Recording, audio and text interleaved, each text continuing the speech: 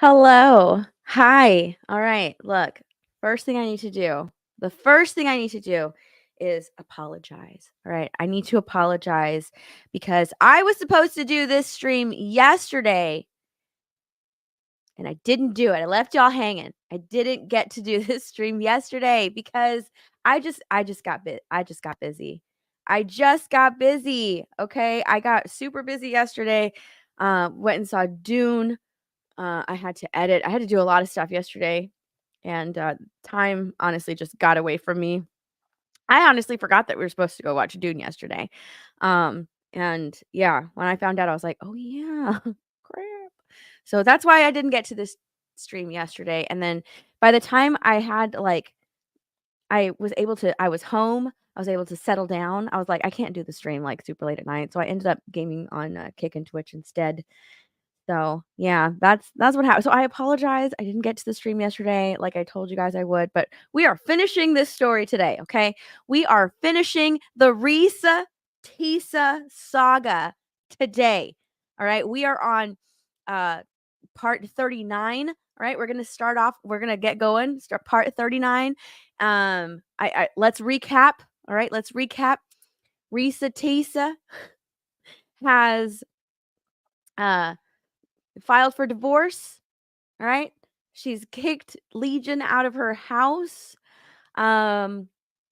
She talked to the ex-wife. She found out that he had another ex-wife. She's finding out all of this information from his family. Like he has a twin. He has a twin brother. She had no idea he was even a twin. He doesn't have two sisters, doesn't have two half brothers, doesn't have his grandmother did not die in 2020. She died in 2008. So she is finding out all of this information about her soon-to-be ex-husband. He's not actually, he doesn't actually have a lot of money. He's actually quite broke. He is baroque. So yeah, it's going to be quite the finale. I think we're done. This is it. Okay, this is the finale. This is it. We are done. We are getting to the end. Okay, we are finishing this saga today. I don't care what I have to do or how long I have to stream for. We are finishing this saga today. All right? We are finishing this saga today. It's so funny because I'll be streaming somewhere else and you guys come in the chat like, I hate it. I hate that I'm so invested in the Risa Tisa story. Listen, I hated it too. All right? I was like, why? Why am I listening to this? Why am I dedicating hours of my time listening to this lady's story twice now? Because the first time was just me. I was just listening to it to have something to talk about. And I've dedicated 3 streams to it now. So we're going to get going. We're going to finish this saga. We're going to finish the story. Okay, we're finishing it. We're finishing it up today. But first, let's say hi. Mr. Bentham is here. Hi, Mr. Bentham. Someone else who is so sucked into the saga. All right. He's so excited for this. Who knew? Who knew that I would get you so excited to listen to the finale of the Risa Tisa 51 parts here, 52 parts now, I think, series. It's freaking crazy. Phil is here. Retro. What's up, Louis? Jonathan Chasser. My celebrity. Hi, Jonathan. Crash, Mando, Tazrin, Badger Boy, Spirian. Hypnotic. Hi, what's going on, H? Doing the novella again today, all right? Doing the novella. Wiley Dave. Hi, Wiley Dave. Sean's got his popcorn ready. We're getting ready, okay? We're ready.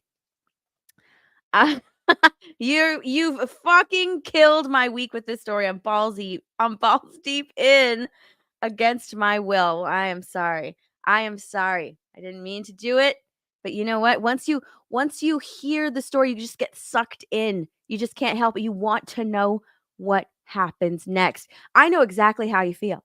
All right? I know exactly how you feel because my best friend, all right? My best friend sucked me in to the Twilight Saga, all right? When that whole shit was like happening against my will. I had no idea what Twilight was. And then she took me to go see the movies. And I was like, I need to know what happens next. And I ended up reading the books. Like, I know exactly how you feel because I just wanted to know what happens next. Like, that's it. I just wanted to know what happens next. I want to know, like, how does it end? That's it. That was the whole thing. Like, I just want to know how does it end? So I get exactly how you feel. This is worse than the Wonka experience. Dude, I swear to God, I'm gonna make a video about that. I'm gonna make a video about the Wonka experience because I just that shit had me laughing. Like straight I'm sitting in my chair and I'm editing, and usually I'll take a break from editing. I'll look online, I'll look at like Twitter or something, take a break from editing. I'm sitting here in my room alone, just laughing so freaking loud that literally, like, the thought came to my head, like, I wonder if they can hear me, downstairs or wherever, because I was laughing so hard at that. I was laughing so hard at that. I was laughing so fucking hard at that, like, all alone. You would have thought that there was something wrong with me or something, because I was just sitting here alone in my room, just looking at my phone, laughing at those Wonka photos. I couldn't believe that was a real thing. I couldn't believe someone actually thought that, like, they put up those things and they were like, "This is it. This is Willy Wonka's chocolate factory. I have done it. I have done it. I have recreated the magic." And then it's just like one little banner hanging on the wall. God, I I was laughing so hard at that.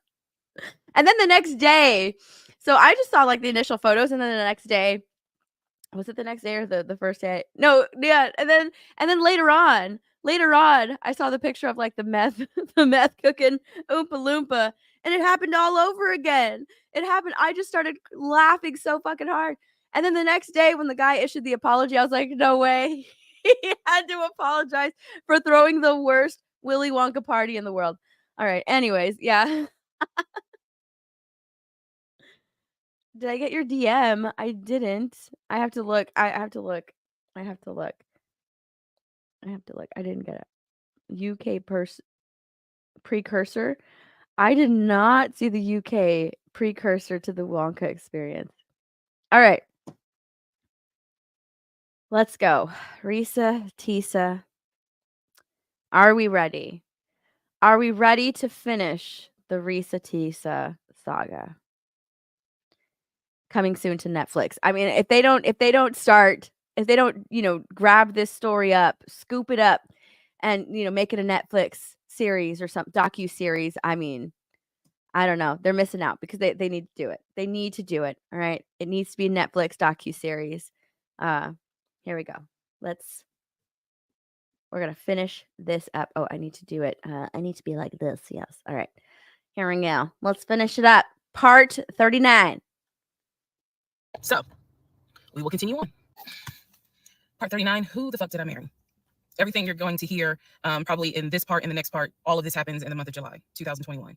Divorce has been filed. It was filed the end of June. I got his signature on the divorce settlement agreement. I thought that I had to wait 30 days before I could actually file that with the court. And so this is kind of in the limbo period because I'm still within those 30 days. She's in limbo. So he left a book bag at the house, book bag that had all kind of paperwork in there. Ooh. Inside the book bag, this is the paperwork that I found. Number one, I found a packet from the condiment company where it showed his 401k contributions. Now she's finding out how much this man actually made at the condiment company. She found the book bag full of stuff, full of gold. Also stated in there that he had been terminated. So he was terminated from the condiment company according to the paper at the house. Book bag that had all kind of paperwork in there. Inside the book bag, this is the paperwork that I found. Number one, I found a packet from the condiment company where it showed his 401k contributions. It also stated in there that he had been terminated. So he was terminated from the condiment company according to the paperwork in the packet that I saw in the book bag that he left at my house. That man was fired. He's like, we're downsizing. Nope. That man was fired. Also in the book bag were paycheck stubs from a previous job where he worked at a cemetery. The same cemetery that he took me to show me where his grandmother and grandfather were buried.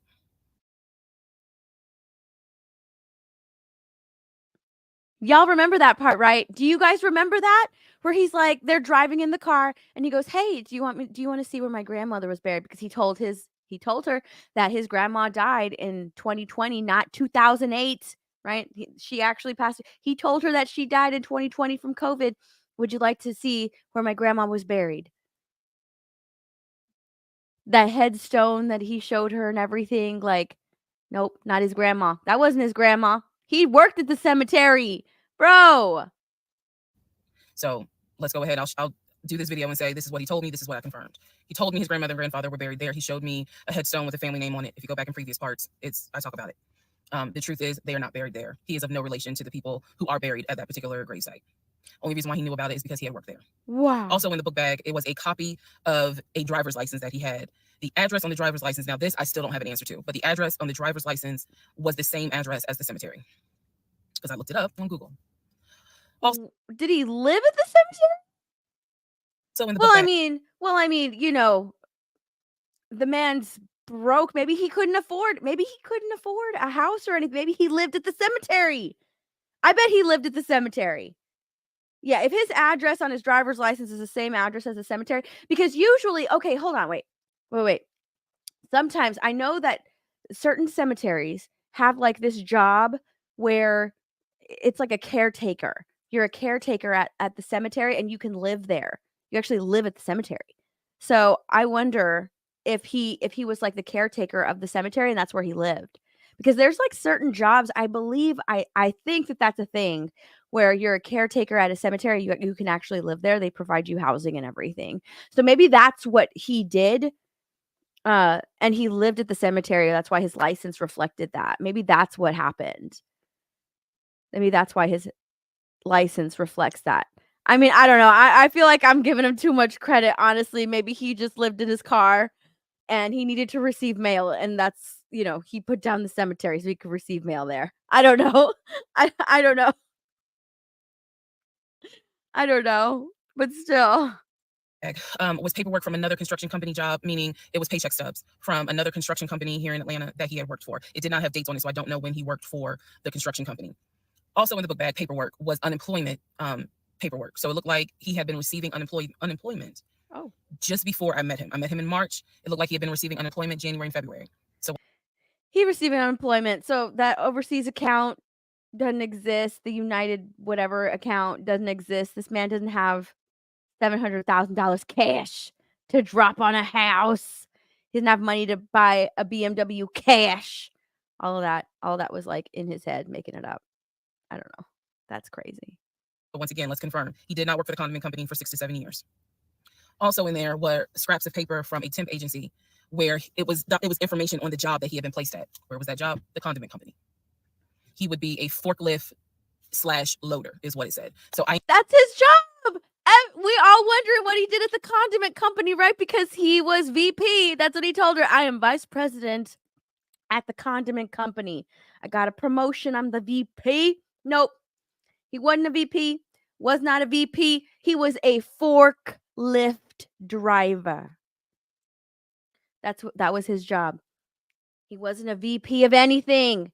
He wasn't even a manager of anything. He was a forklift driver. That was his job at the condiment company. Forklift driver. I know you wanted me to say you didn't want spoilers. You wanted to find out on your own time. He was a forklift driver. That was his job. Forklift driver. That was his job. I interpret that to mean he can drive a forklift, but he would have been loading up the 18-wheelers for them to go out to their deliveries. Also in this book bag was paperwork from Clayton County courts, I believe, for a weekend, what is it called? Weekender jail. It was like a weekender jail receipt. So I had to do some research. So apparently what that means is that there's an option where if you have a job, let's say you were sentenced to 60 days in jail, but you have a full-time job. Apparently the court can say, okay, you'll go to jail on the weekends. So in other words, you have to report to the jail on Friday at 5 o'clock and you'll be there Friday, Saturday, Sunday. You will get out Sunday at 6 o'clock. Apparently that's actually a real thing. So what was in the book bag were multiple yellow receipts for different weekends that he had to report and get out of jail. Why he in jail? Why is he in jail? She's finding out that this man's been to jail. I'm telling you, it was a backpack full of gold. She's finding everything in this backpack. Last but not least, there were some additional pictures, and then there were some, and when I say pictures, I'm talking about family photos. And then there was another additional copy of his driver's license with the Douglasville address. I looked up that address. The name associated with that address was the same name as the ex-girlfriend that he had in between the ex-wife and me. If you go back to the video where I talk about the conversation I had with the ex-wife, she tells me that the address was going to come back to the ex-girlfriend. I'm simply saying that is correct. So what she told me is true. So because of everything that I found, I decided to go down a new rabbit hole. Again, just recapping what I said in previous videos. Ex-husband was always a stickler about law enforcement. His dad was a retired police officer. I'm just telling y'all the story. His dad was a retired police officer. Mom was a retired teacher. After his dad retired, they moved to Augusta, started a church. He took me to that church in Augusta the same day that he took me to meet his aunt who lived in Augusta. So these are now things that he actually took me to, just like he took me to the cemetery. So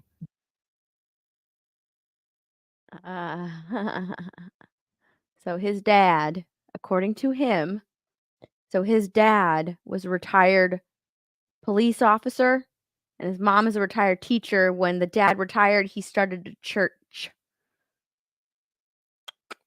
So he had the utmost respect for law enforcement. That's what I found in the book bag. The weekender jail receipts. I went ahead and went online to find out exactly why did he have to go to jail for the weekend. And I'm going to end this part here. The next part has to do with his criminal history. Oh, he a criminal. The utmost respect for law enforcement. Dad is an ex-police officer, according to him, right? But no, he's a criminal. He's actually a criminal. Part 40, who the fuck did I marry? So we are now at the point of July 2021. We're at the point where I've spoken to the female cousin, and she gave me the phone number for the older brother. For the purposes of this video, we're going to call him Chris. Chris was very nice. I called him. He was gracious. He was willing to answer whatever questions I had. And what he said to me was, he said, my brother has always been a liar. He's always been a liar. He said, but ask me what questions you have, and I'll confirm what's real and what's not. First question I had was, when was the last time you spoke to him? Without missing a beat, Chris says, 2015, just after our mother's funeral. I explained to him about the phone calls, the fact that Legion would be on the phone for 30, 35 minutes, laughing, talking to Chris, relaying messages from Chris to me, and relaying messages from me to Chris. Without missing a beat, Chris says he was never talking to me. Oh my God. What the heck? We're in 2021 at this point, okay? We are in the year 2021, and this man hasn't spoken to his brother since 2015. So he on the phone talking every day, right? He was on the phone every day talking to nobody. He was talking to nobody on the phone. What is wrong with this man? We're going to find out what was wrong with him. But seriously, what the hell? How do you keep up? How do you keep up that like charade? Every single day you're on the phone having conversations with yourself because you want to present this image of like, I am a great family man. I am totally okay with my family. I have this great relationship with them. How do you do that? I have this great relationship with my family. How do you do that? How do you keep up that charade? That is I couldn't do that. Like that would drive me crazy and insane, you know? Like I would be so worried that eventually the truth will come out, and it did, right? The truth always comes out, like eventually the truth will come out. But seriously, he really did something there, right? He really kept that facade going, that charade going, where she still was like, But what about the phone calls? You guys talked to me. No, nope. No, we didn't. We really didn't. Hi, Max. Peter, what is up, Peter? How are you today? With a member message for 27 months. Oh, dang. Happy Friday. Hope you're doing amazing. I am. I'm doing amazing too. There was something on your Instagram, Peter, that I saw. Hold on, you and your dance partner. Where is it? Hang on, let me find it because I need to. It was a while ago that I saw it. Actually, it's you and your dance partner. This is what I saw. Blessed. Second year in a row, back-to-back world champions. For the team combo. Let's go. I saw that. When was that? Yeah, that was back in January. That's what I had seen. Yeah, you wearing like 3 whole medals? You're wearing 3 whole medals? Back to back. That is awesome. Congratulations. Congratulations. Let's go. Good job. Good job. Congratulations. Dun, dun, dun, dun, dun, dun, dun, dun, dun. All right. Peter dances, by the way. That if you did, in case y'all are like back-to-back champions. He dances. He does dances with his dancing partner. He dances. Does country dancing. Oh, it's in Orlando next January. Ooh, that's gonna be fun. That's gonna be fun. I hope good luck to you. I hope you win. I hope you win again. All right, let's keep going. And he said, now I am gonna say this. Maybe he was on the phone, but he was not on the phone with me. He said, because he knows that if I ever see him, I'm gonna whoop his ass. And I'm laughing because obviously Legion loves to say I'm gonna whoop somebody's ass. So for the people who are confused, like, wait, what does this mean about the phone calls? What this means is every single time that my ex-husband was on the phone, holding his phone like this, talking, laughing, cracking jokes. Hey, my wife said that, we could go later on this evening and all this other stuff. Every time they were doing things like that, every time he was having a phone call or conversation that he claims to be with Chris, no one is on the phone. No one's on the phone. That is what that means. So I'm on the phone with Chris. My mind is spinning. It is blowing up like a volcano. I mean, I'm going crazy. I'm going crazy because I bet I would be going nuts too. I would be going nuts too if I found out that like there was nobody on the other line every single morning for months that I was living with this person, that he was just talking to himself. My mind would be spinning too. I'd be like, "What the hell?" Like my mind would be spinning. And it would be racing with all of these thoughts like, "Well, I'm hoping that he was talking to somebody else," but then I'd be thinking back like, "Did I hear anybody on the other line of the phone?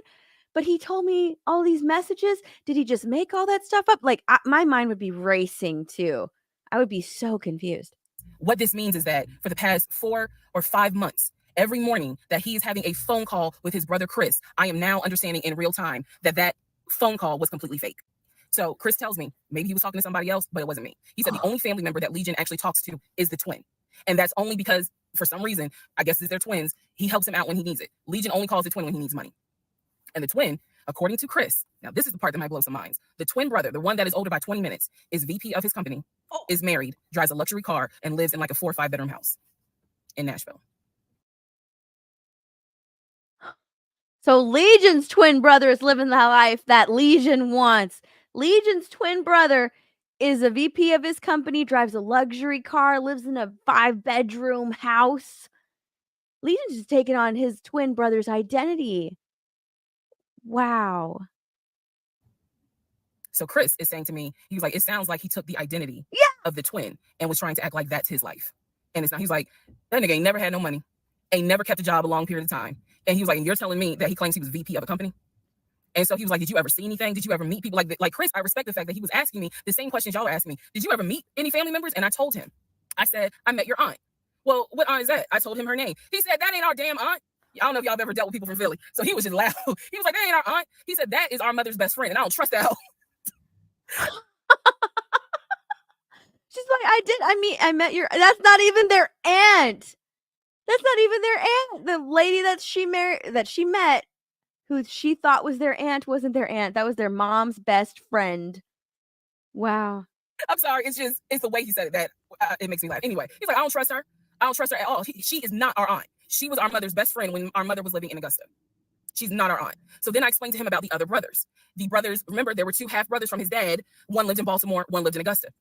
Chris is on the phone saying, I don't know who them niggas are. They ain't related to us. He said, our dad never had other kids. He was like, so you mean to tell me this nigga going around telling people that our dad had kids on our mom?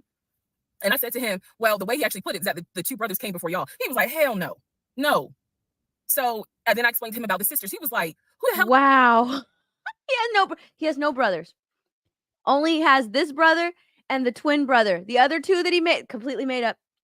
Completely made up people. We don't even know who they are. Shantae. And I was like, Shantae, again, I'm just telling you what I was told. Shantae is a sister that lives in Douglasville, married with 2 kids. He was like, no, we don't have a sister. Oh my gosh.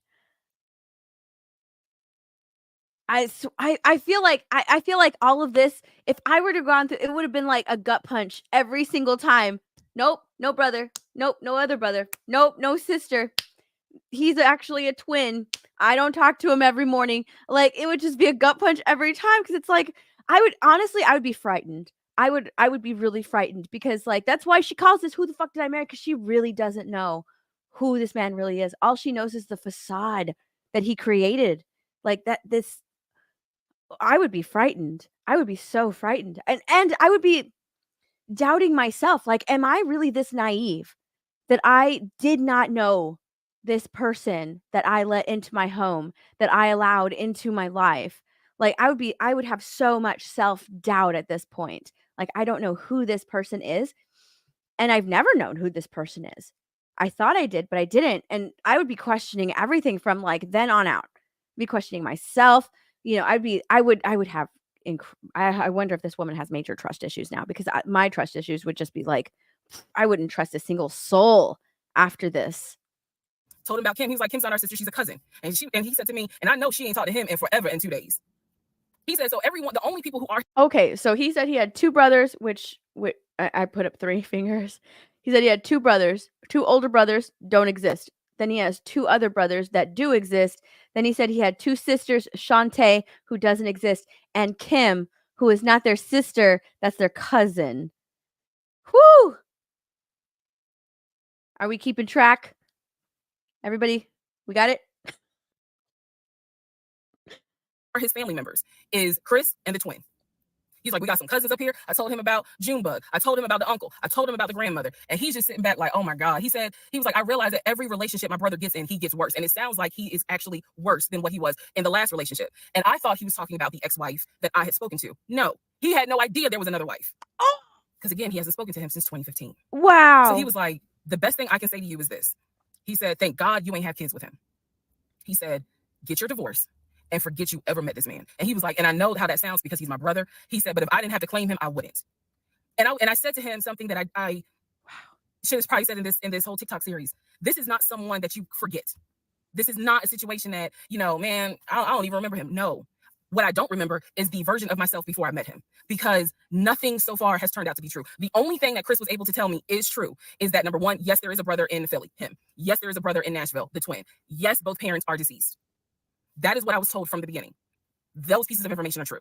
The grandmother did die in 2008. He was like, no, she didn't. She definitely didn't die in 2020. I told him how I found the obituary. And so he was like, and the uncle, he said, which uncle is he talking about? Because if you guys remember, back in one of the parts, I talk about where he said his uncle was giving him advice on why he should not open up his savings account to let me see it. He would not let me see it. And so I'm telling Chris about the uncle, and he was like, that uncle been dead for years. I told him about Junebug. He said, Junebug been dead for years. And I said, Chris, he was having conversations with Junebug on the phone in front of me. He was like, it wasn't Junebug. He said, it sounds like my brother was making up the conversations. He said, oh my God. He's having conversations with 2 dead people on the phone.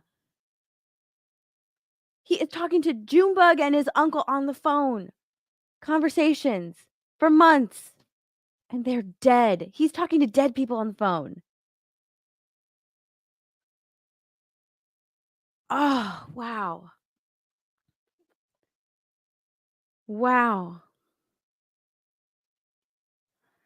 he definitely was making up the conversation with me. He said, hell no, I ain't gonna be on the phone at no 6 o'clock in the morning. So the conversation with Chris solidified that this is the actual family tree. And no, there were never any conversations with his brother every morning when I was getting ready to go to work. They had never talked. 3 conversations with nobody. So he's talking to 3 different people, 2 of which are dead, and one he is estranged from his brother. So he's having 3 separate phone call conversations all the time with nobody on the other line.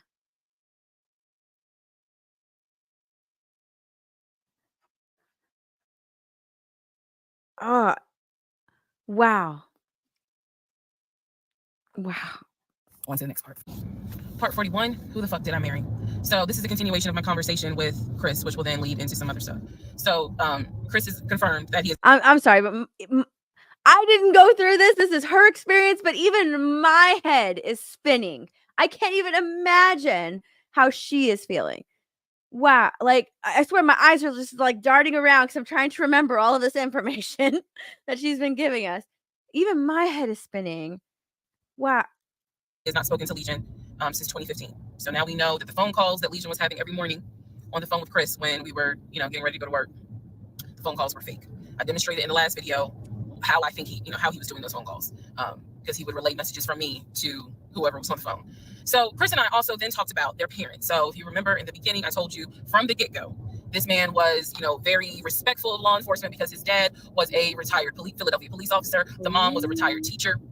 And so he had the utmost respect for law enforcement. That's what he used to always say. Because, again, there's a lot that he lied about. So I'm trying to only highlight the big things because, truthfully, it got to a point where when he would say that as a VP in his company, he had a meeting with the local sheriff.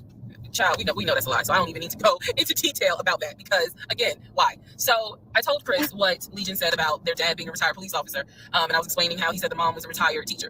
So Chris listened. Again, very gracious, very nice guy. He listened and he was like, so are you ready for me to tell you what's true and what's not? Oh my God. Can you imagine? Can you imagine being on the phone with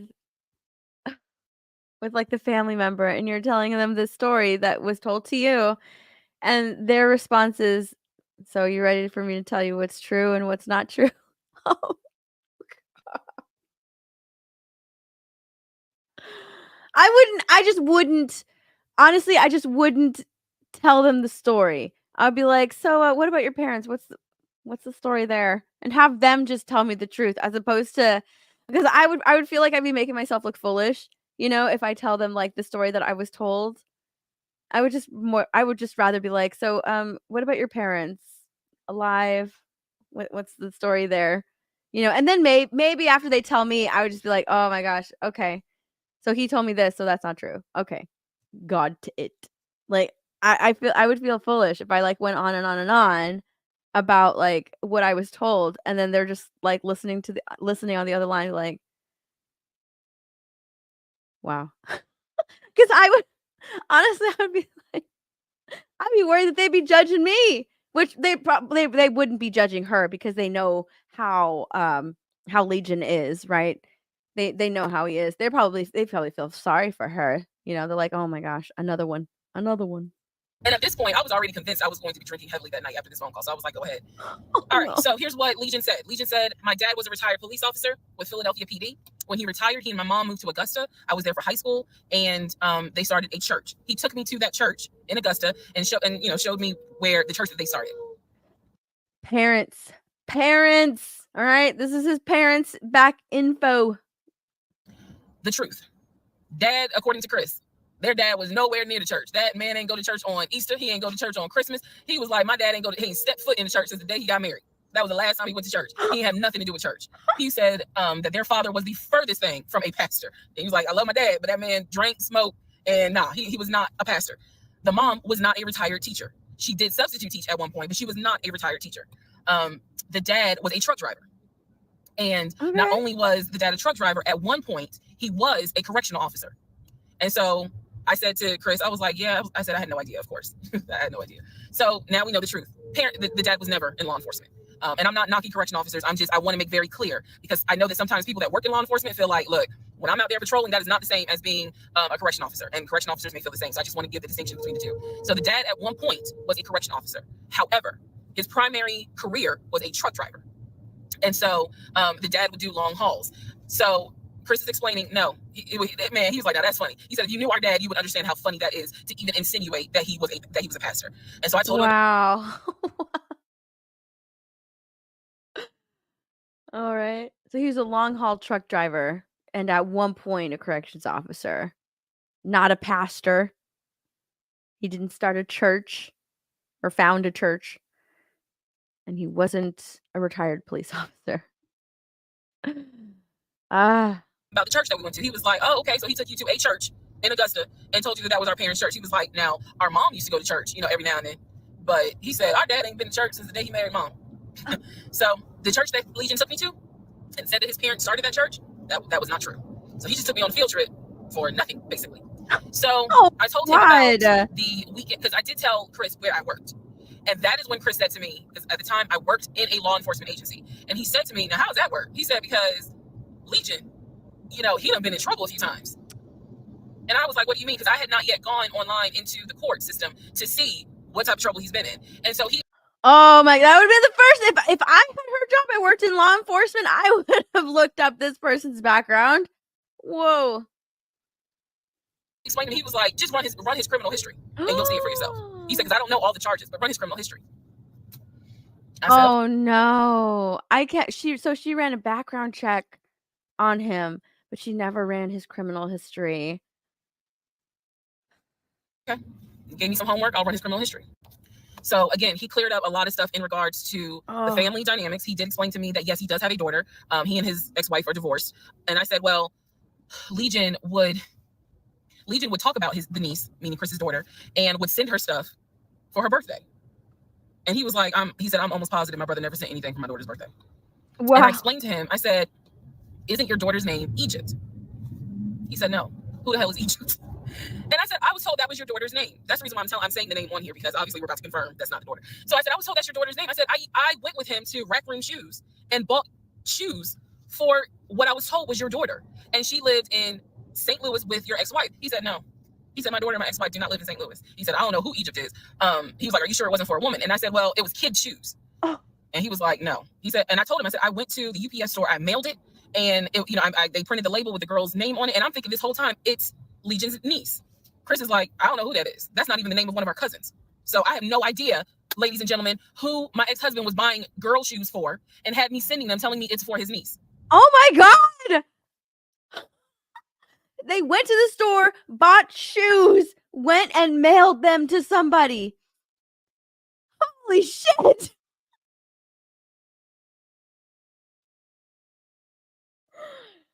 They went to the UPS store, printed out the thing, and mailed these shoes. And they were kids' shoes. So who got these shoes? Where did they mail them to? Oh my God.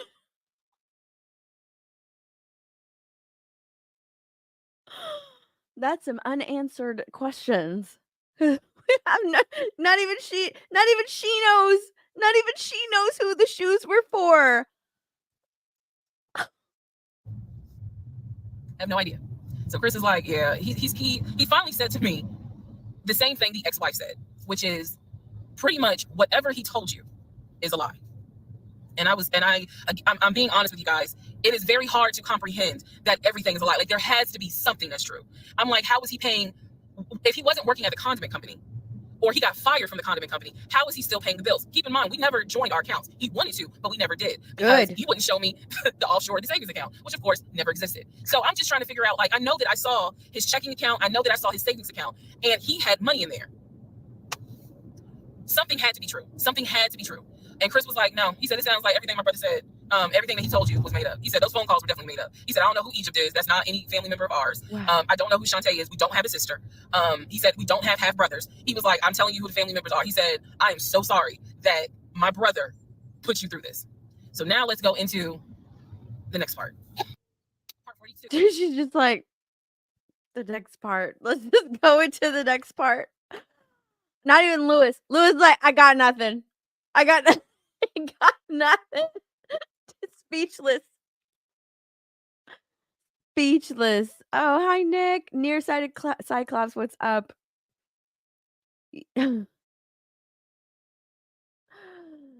Dinner Bells is here. Oh, wow. So, okay, this thought actually crossed my mind, like, yeah, maybe it's a kid, like, belonging to someone else, you know? Or or now keep this in mind, maybe they were for another girl, but like, feet were small, right? So she can actually fit into kids' shoes. Because like, I can fit into kids' shoes. I can wear, like, a kid's depending on the shoe, between a size like 5, 5.5, and 6 in kids' shoes. Like, I fit into those kids' shoes. So, depending on, like, the size of the kid shoe, maybe it could have been for a girl, or maybe it could have been for, like, a girl's kid if they were, like, really small kid shoes. But that is crazy that they went together to Rack Room Shoes, bought shoes, went to the UPS store, printed out a label, and mailed the shoes out. And she doesn't know where those shoes went. Now she has no idea who received those shoes. Oh my gosh.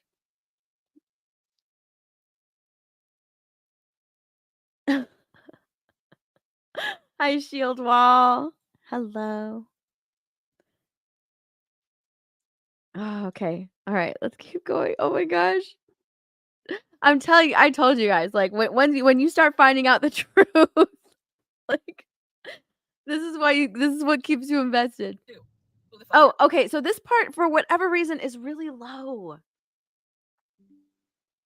It's really low, so I'm gonna try and keep, like, my talking over Risa Tisa to a minimum, because for whatever reason, I had to turn the volume, like, way up because it's really low, and I don't know, I can't bump it up anymore. That I married. So I finished going through the book bag. Still July 2021. I finished going through the book bag. There were some other folders with papers in there. He had left the work phone. Work phone.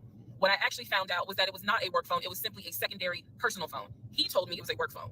I thought that the company was paying for the work phone. That's what I thought. No, because I found receipts where basically, and I didn't know this, ladies and gentlemen, I had no idea, but I found receipts where it was a prepaid phone and he's paying to add minutes to it. So it's just receipts of, you added minutes to the phone on this date, you added minutes on that date. So the work phone whole thing, that was a bold-faced lie. Obviously, it was a lie because, as we now know, he was a forklift loader. So the work phone that he's been walking around with was really just a secondary phone. He had left the phone. He took his personal phone, meaning the main phone, I should say, but the work phone he left. So I'm going through the work phone, just trying to find some sort of answer. Now, what is really burning in my mind is how is it that he had all this money in the accounts, but again, the last time I saw him, he's living in his car. Like, the math is not mathing. I go into not just Make the math, okay? Make the math. Let's come on, let's do it. Let's do it. We're about to find out some more information. the photos of the work phone. I go into the deleted folder. So, ladies and gentlemen, if you're gonna go through somebody's phone, which I will never do again, but if you're gonna go through the phone, don't just go through the text messages and the pictures. Go into the deleted folder. Because sometimes you find a gold mine. In this case, I went into the deleted folder of the pictures in the work phone. I keep saying work phones because, again, this is just a secondary phone. It is deactivated. There's no minutes on it.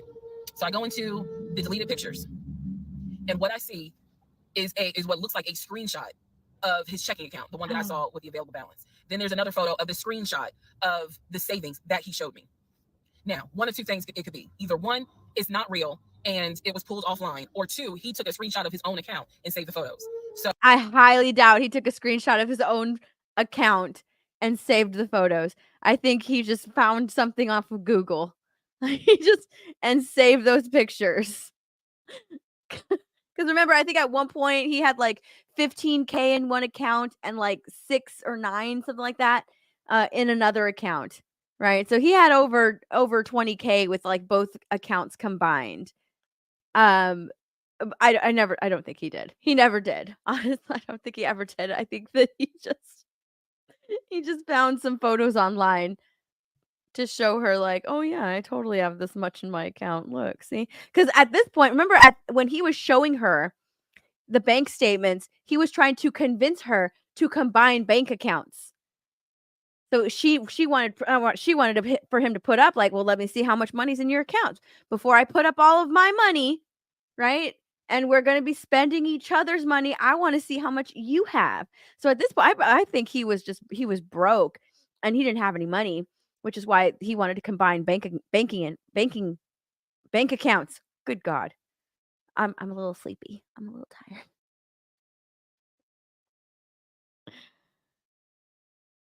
So this is when I got introduced to reverse Google image search.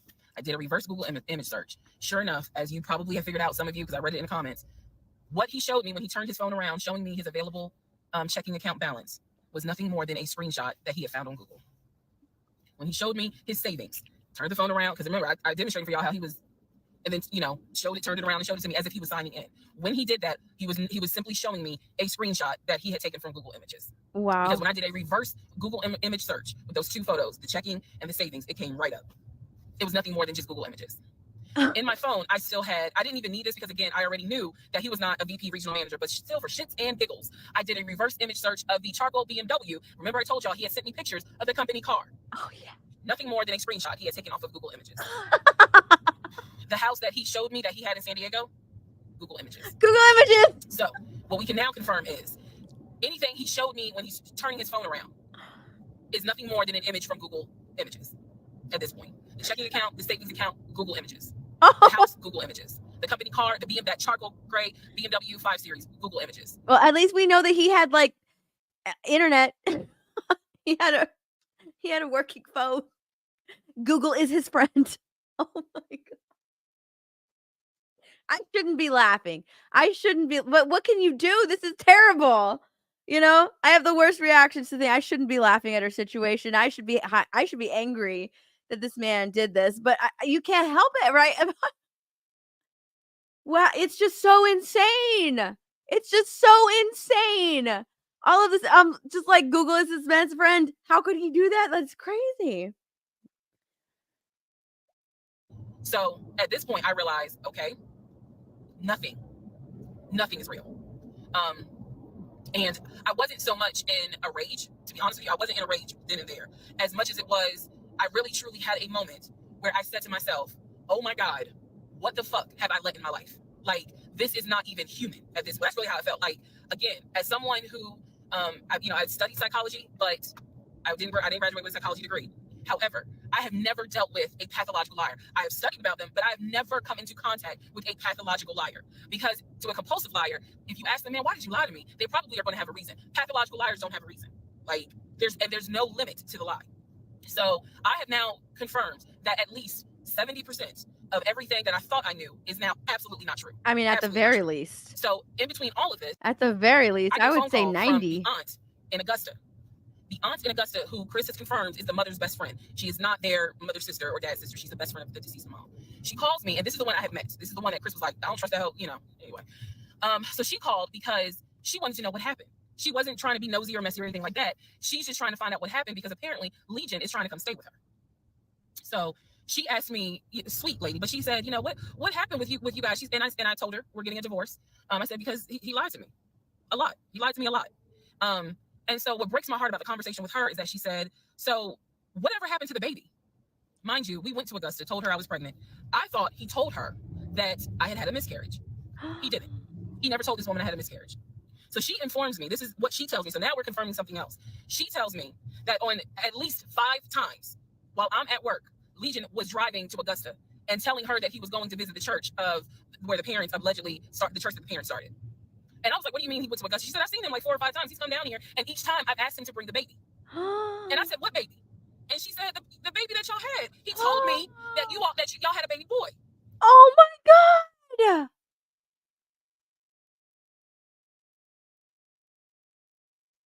Oh my God. So he told this lady, he didn't say that we had a miscarriage. He's like, yeah, we had a son.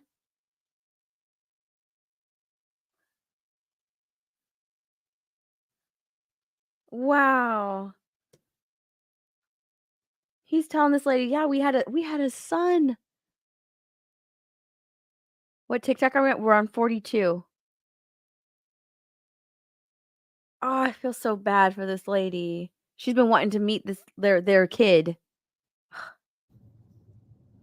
And I said, no, ma'am. I said I had a miscarriage in June of 2020. And she said, oh my God. Oh, she was doing that whole thing. She said this whole time he told me that y'all had a son in January. And I had been asking him for pictures. I had been asking him to bring both of you down here so I could meet him. And he always had an excuse as to why he wouldn't bring the baby. And the last time he was in Augusta, he said that he was leaving you and he was taking the baby with him and that you were at work. Oh my God. What the hell?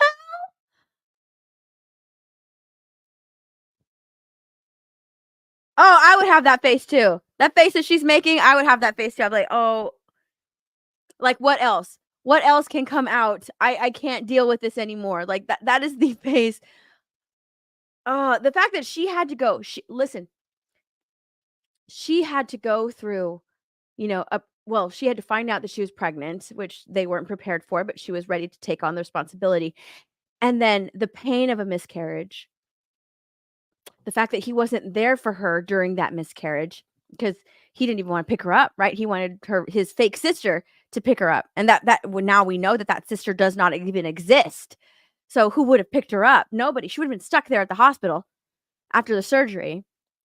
Then the pain of the emotions of getting excited, like preparing yourself for this pregnancy and then for, to have a miscarriage. Like that already does something to your emotions, right? And now, right, she probably had to take a little bit to get over that, right? Get over that hill and come to terms with the fact that she didn't have this child. And now she's finding out from this lady that Legion is going around and he's saying that, oh yeah, we did actually have a baby in January, right? So he made up this kid. But not only that, he left Reese and Tisa and took their baby. What the fuck is wrong with this man? I am not making this up. That's what that woman told me. And I just was like, no, ma'am, none of that is true. There is no baby. I said I had no idea he was going to Augusta. Next part. Wow. Part 43, who the fuck did I marry? So after the conversation with the aunt, again, she's telling me that Legion has been keeping up this lie that we had a son. I let her know, no, ma'am, there was no baby. We did not have a baby. And I said, I thought that he told you. And she said, he's told a few people that you all had a baby. And she said, because I know some people were trying to send a gift to celebrate the birth. Oh my God. I didn't know anything about that. Didn't know anything about that. So she said, he's trying to come stay with me. She said, but I don't think I want him to, again, she's an older lady. She's like, I don't think I want him to come here because I don't really want to get involved with his divorce again. And I said, what do you mean again? I said, are you talking about the previous wife? And I said the previous ex-wife's name. She said, I don't know who that is. I'm talking about LaTanya, that one, the first one. And I said, well, what happened? Do y'all remember I said in my previous video that I read their divorce records. He had filed for divorce and they had a temporary protection order against each other.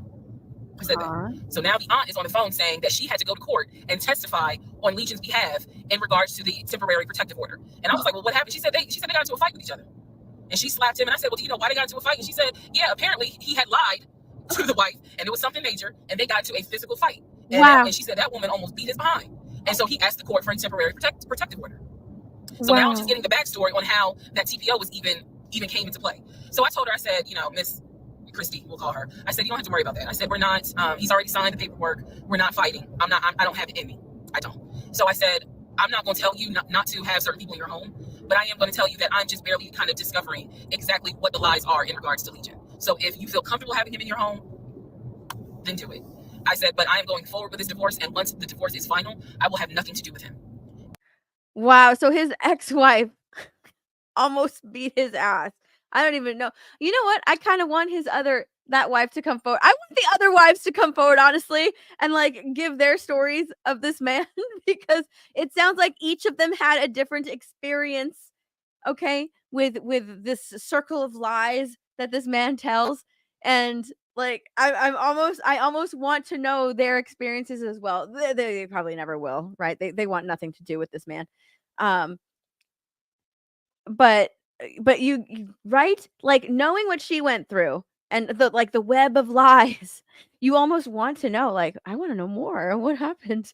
What were they fighting about? What did he lie about? You kind of want to know, but at the same time, nobody's going to make them. You just want to know. She talks like Ben Shapiro. Oh, we are watching this on over 1.5 speed.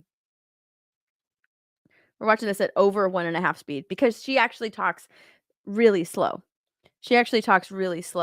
So I had to speed it up. I had to speed it up. Otherwise, this would be like a 2-week saga. And I said, and I'm so sorry, that he lied to you, and kind of pulled at your heartstrings in regards to a baby. I said, there is no baby. Terrible. So she said, so y'all are really getting a divorce? I said, and I didn't want to cuss to the older ladies, but I said, yes, ma'am, we are. And so we get off the phone.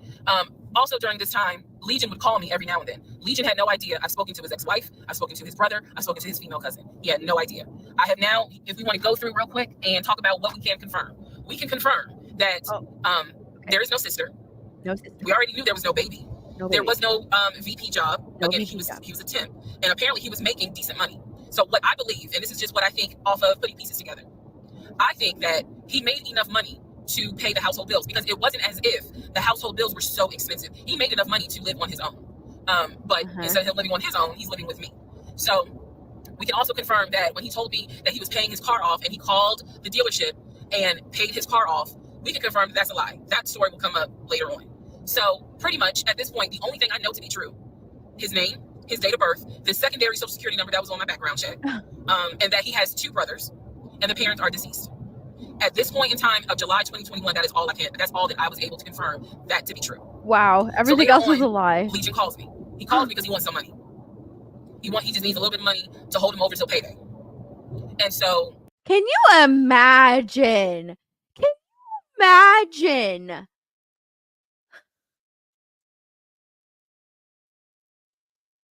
The audacity of this man to put her through what he put her through and then call her and ask her for money to hold him over until payday. The audacity of this man. I would be like, click. The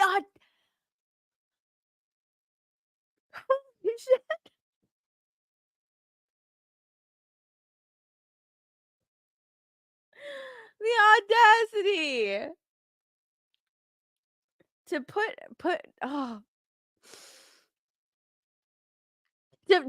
to go through, right? Okay, look, let's just take her, right?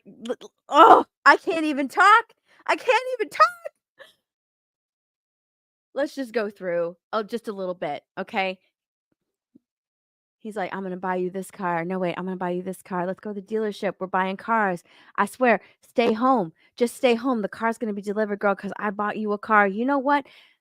Hold on. Let's put a pin in the cars. Let's go get a mansion. Okay, I'm gonna buy you this huge house, 5 bedrooms.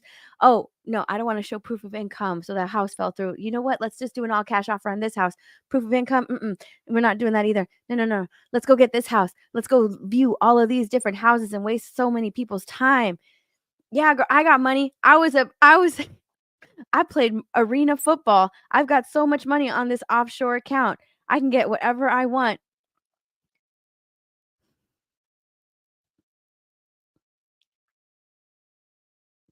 And then he calls her up and he's like, hey, girl, can you give me some money just to hold me over until payday? I ain't got no money. Fuck. Oh, everything I told you. Actually, all of that, it's all a lie. It's all a lie. I actually kind of, can I borrow some money? Can I borrow $20? We're on the phone. The call, again, I was recording all my calls at the time. We're on the phone, and I finally kind of confronted him, number one, about having a twin. That's when he tells me, I don't know why I lied, but I don't really talk about him. Number two, I asked him why did he get fired from the condiment company. His story is that he got fired because he had helped a truck driver, and he was not supposed to. I know it's a lie. Y'all don't even have to tell me. I know it's a lie. Number three, I asked him, why did you tell your aunt that we had a baby? He claims he never told her that, and that she's old and she didn't know what she was talking about. I never told her that. She's just old. Didn't she say that he told multiple people that they had a kid? And we know that he told her that he had the baby, or that they had a baby, because he's like, I'm leaving her and I'm taking the baby. So we know that he told her that. Otherwise, he wouldn't have been like, and I'm taking the baby. So then I asked him if he was ever in trouble where he's been arrested. And he said, yeah, I've been arrested as a juvenile, but my father had my record expunged. I said, were you ever arrested as an adult? My father had my record expunged. Just like he made you a private citizen. What the fuck? He said, no, I never been arrested as an adult. I said, so you never went to weekend jail? He said, no, I don't even know what that is. So he doesn't know what weekend jail is. That's his story. And so he was still standing by the lies he told me. He has no idea what weekend jail is, but he had all of those receipts from going to weekend jail in his backpack. So finally, I just asked him, and this is where let me just say it. I asked him, why the hell did you even marry me? Like, why? Aww. Why did you even marry me? Because you easily could have just stayed dating or been the boyfriend or just moved on with your life. Like, you didn't have to marry me. You didn't have to pull me into a marriage and make me think that this is what you wanted.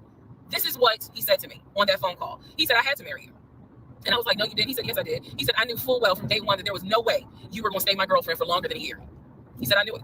He said, I knew in order to keep you, I was going to have to marry you. You mean in order to use you?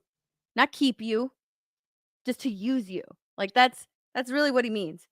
He's like, I want to keep you. No. You want to use me. Like, that's the real reason. He didn't marry her because he loved her. He didn't marry. No. He just wanted to use her. He needed her money. Y'all, my jaw hit the ground. I could not believe he said that. And he said it so matter of fact. And I was like, that is the most fucked up thing you could ever say. Wow. Part 44. Who the fuck did I marry? The videos that you saw earlier were filmed earlier today. And yes, I'm aware. It was brought to my attention. I had to make a decision whether or not to finish, keep my word, or stop, disappear. Disappear. Okay.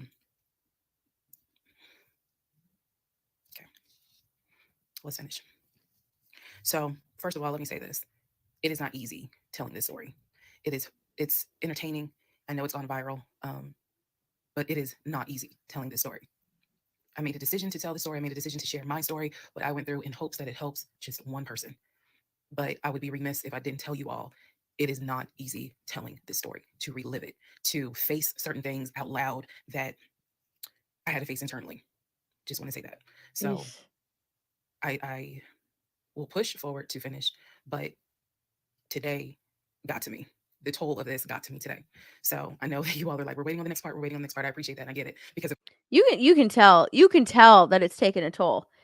Like the way it skips from her emotional state in part 43 to part 44, like her heightened emotional state, you can tell like it's taken a toll on her. I feel really bad, because I mean, when you go through something like that it has to be traumatic for her, right? Like, she has no idea who this man is. She's finding out all of this information.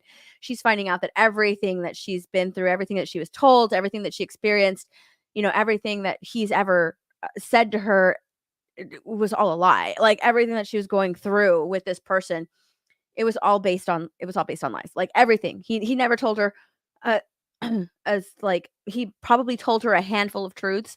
Everything else was just fabricated. It was all fabrication. So that has to take like a mental toll on you when you're going through all of that. You're just incredibly emotional. It's a traumatic thing to go through. Like, you have no idea. You start having self-doubt in yourself because you're like, how could I let this person in my life?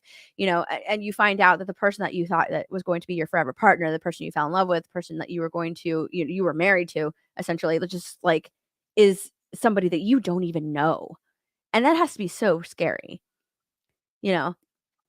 So yeah, it was probably very traumatic for her when she went through it, and now having to relive all of that in order to retell this story it has to take a mental toll, because she's probably like, because this is what this happened in 2020, 2021, right? And it's now 2024 when she's telling the story. So she's probably moved on from it, and now she's like reliving it all over again because she's telling these stories. So, oof, man. Oh, shield wall! You missed what his real job was? All right, you're right. He's a forklift driver. That's his real job. He wasn't a VP. He wasn't VP. He was actually a forklift driver. That was his job. Yes, boss hog. What did he get arrested for? I can't remember what he got arrested for. She goes into his criminal history because because she did do that criminal background check. So she does go into his criminal history. So we'll find that out because she does say what he got arrested for. She hasn't told us yet. But what was his real job? He was a forklift driver at the condiment company. That was his job. So he never had a job at Apple. Remember she had said that after he quit, he said that he quit his job because of like they were having like a bunch of layoffs and they changed stuff at the company. So he wanted to, quit the condiment job and go work at Apple. He never worked at Apple. Before he was a forklift driver, what did he do? I don't remember what he did. I know he worked at the cemetery. He worked at a cemetery. And then construction. I think he worked in construction before he worked at the condiment company as a forklift driver. So that was his real job. That was his real job. So yeah, she said that he made a decent amount at the condiment company because that's how he was able to afford to pay for like bills because he was in charge of like paying the bills at the house. So he made enough to do that, but not enough to like live the life that he claimed that he lived. If I was in those shoes, I would be waiting too and be like, where is it? So I understand that. But the toll was real today. All right. So with that being said, we are still in July of 2021. I talked to the brother, Chris. I talked to the aunt. I talked to all these people. And now was the time where I saw the receipts for the weekend jail type thing. So I went ahead and did a search for his criminal history. Ooh, criminal history. Here we go. His criminal history. I did that on my own at home with my money. So this was not, I think someone had asked if I did anything with my job. No, I did not. I know better. So I ran a criminal history, or I paid for a criminal background report. For him to say that he appreciates law enforcement so much, it was obviously a lie, because the criminal history showed that he had been arrested for criminal trespassing. He had been arrested for like suspended license, suspended registration. But the big thing was impersonating an officer. If you don't know anything about impersonating an officer, it is a felony, period, point blank. As sure as Peachtree runs from Bankhead to Buckhead, it is a felony. So seeing what court it was in, I did another open records request for the incident report. I wanted to know exactly what the circumstances were, especially given the fact that I worked in law enforcement at the time. What were the circumstances as to how he was arrested for impersonating an officer? So I did an open records request. I got the incident report, and I'm tired of saying my jaw hit the floor. But on this one, my jaw hit the fucking floor. I respect law enforcement. Again, I was working in an agency with a lot of great men and women. Basically, what the incident report, I'm paraphrasing it because I don't have it sitting in front of me. Basically, what the incident report shows is that he pretended to be an officer using a badge. I later found out it was the badge that his dad had as a former correction officer. Same last name. So he was pretending to be a police officer at an apartment complex on the south side of Atlanta, and proceeded to tell people that he was an investigator and he was looking for drugs. He also proceeded to try to pat down someone, and then also proceeded to try to go into a woman's apartment and do a search. This is in the incident report. What the heck? So naturally, the woman who he was trying to get into her apartment to do a search happened to either work with or worked at a local police department. So she just simply called her coworkers or called her homeboys or whatever. And so he was subsequently arrested and subsequently was charged and found guilty. Whoa. Well, I guess we'll never know why, right? Well, like why? Why is he like searching for drugs, patting people down, claiming because he's searching for drugs? Did he use drugs? Is that what was he like looking for drugs so he could use them? What the he wanted the drugs, so he was just looking for drugs to use or sell. Oh. Okay. So he was just looking for drugs to like use or sell. Wow. That is what I found in his criminal record report. It is fair to note, had I known that he had a criminal history, we never would have even finished date number 1. Some things I'm just not going to get involved with if I know from the rip. So what does this mean? Again, we've been going over what's the lie, what can you confirm? I can confirm that there was no way that this man ever had a passport to take me to London. Well, duh. Duh. Do they give felons passports? I don't know. I don't know if they do or not.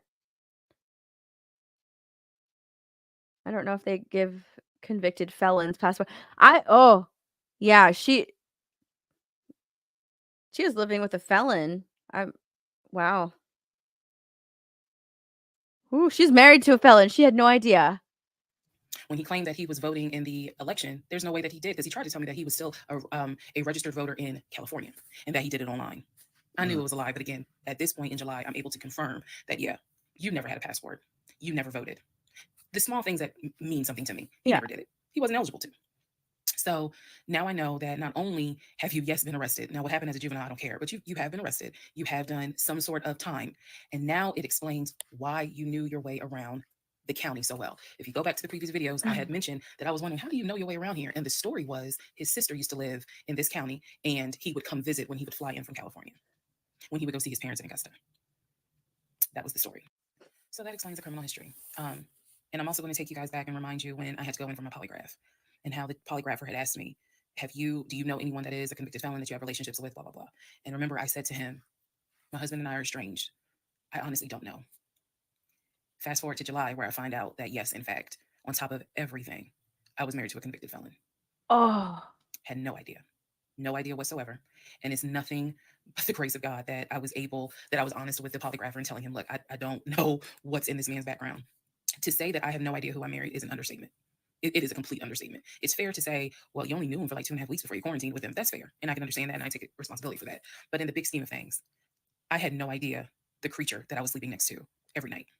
No idea.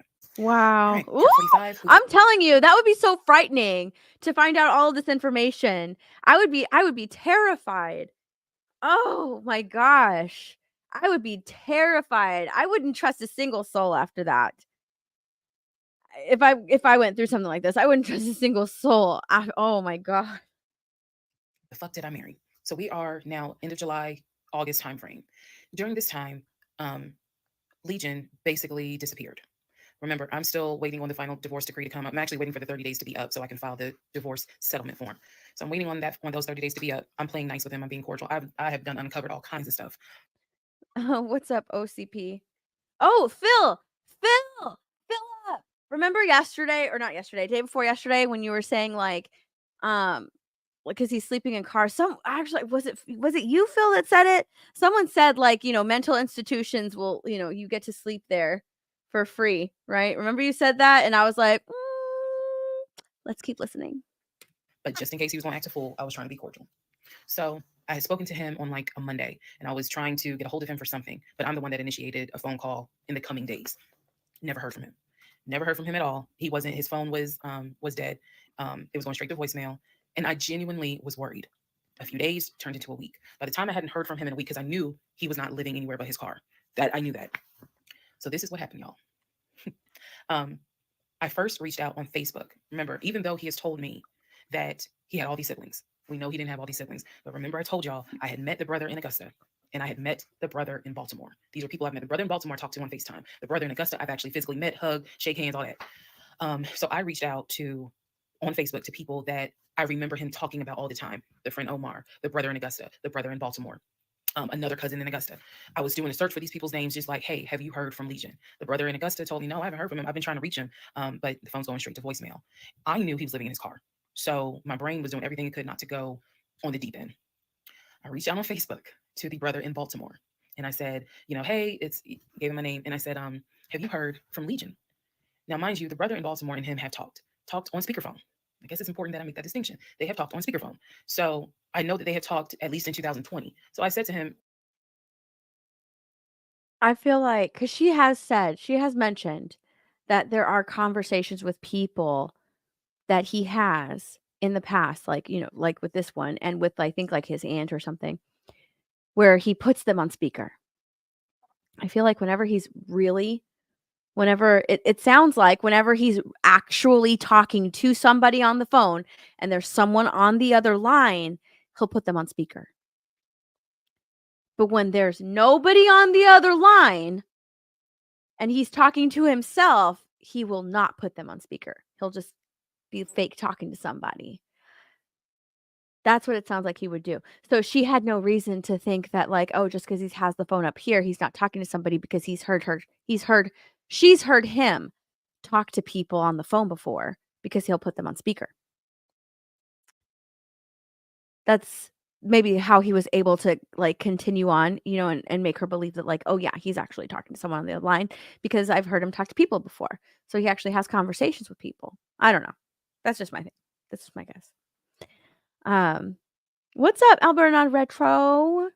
For $5. I don't know about getting a passport, but I don't think most countries would let a convicted criminal in anyways. So where would he go? That's true.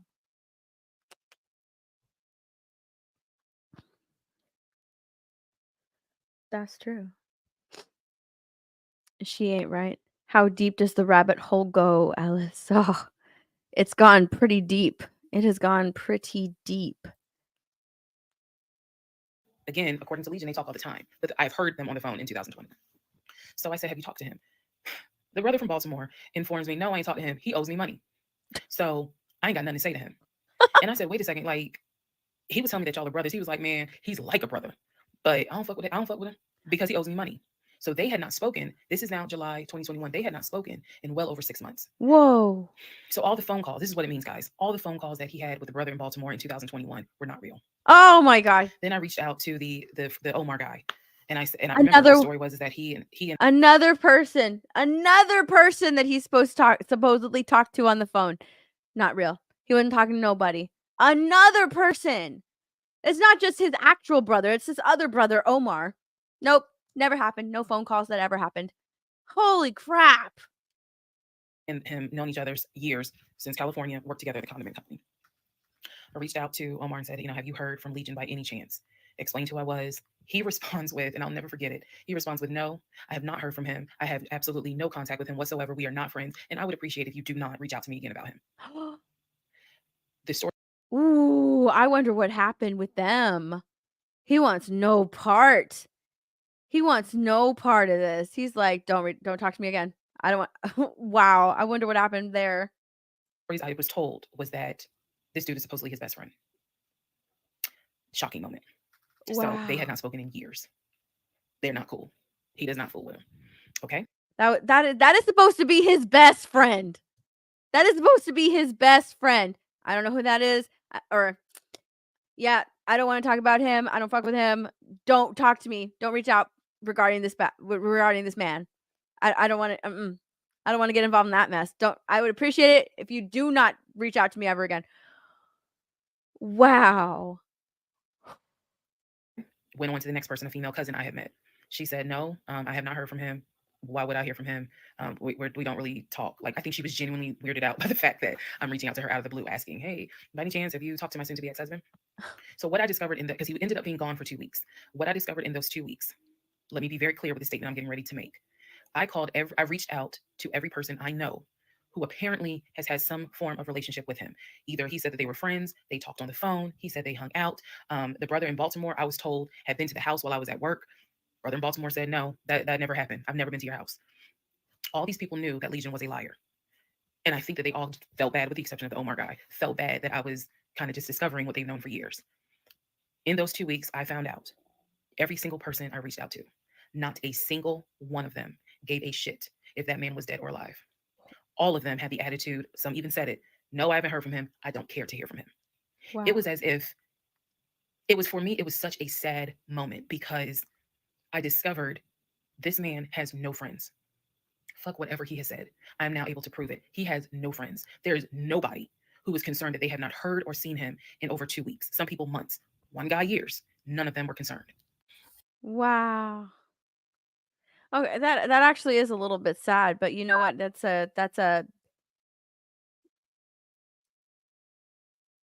I mean, that's what happens when you burn so many bridges with people. That's just sad though. Oh, is this all happening before or after the divorce? This is all, I guess, like they're in the process of a divorce right now. So they're not officially divorced yet. They're in that like waiting period for what they've already filed. They're just in that waiting period until the divorce is finalized. They're waiting for like the judge's signature or whatever.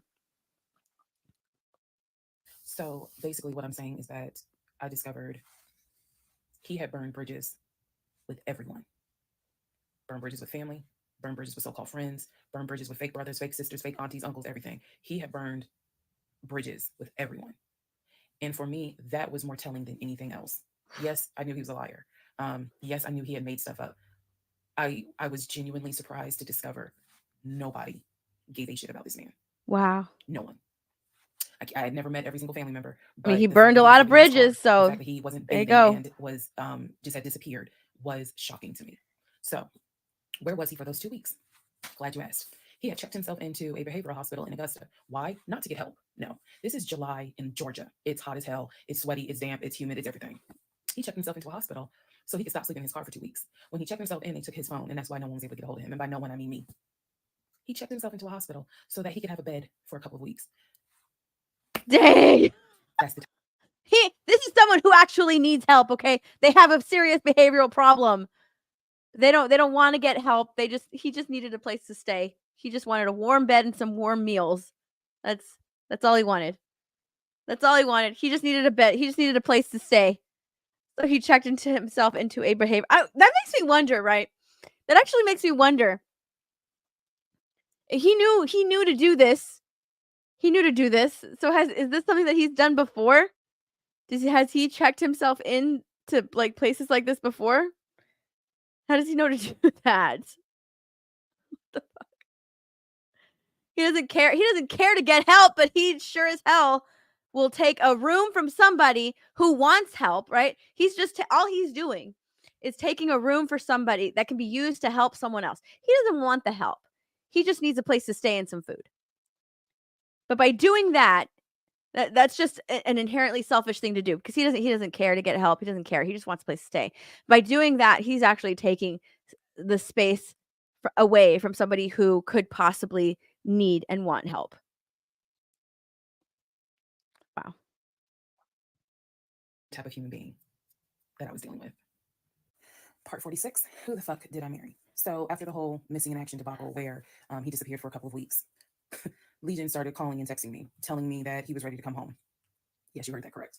So apparently someone had told him that legally he did not have to leave the house when I kicked him out because it was a marital home and he had just as much right to be there as I did.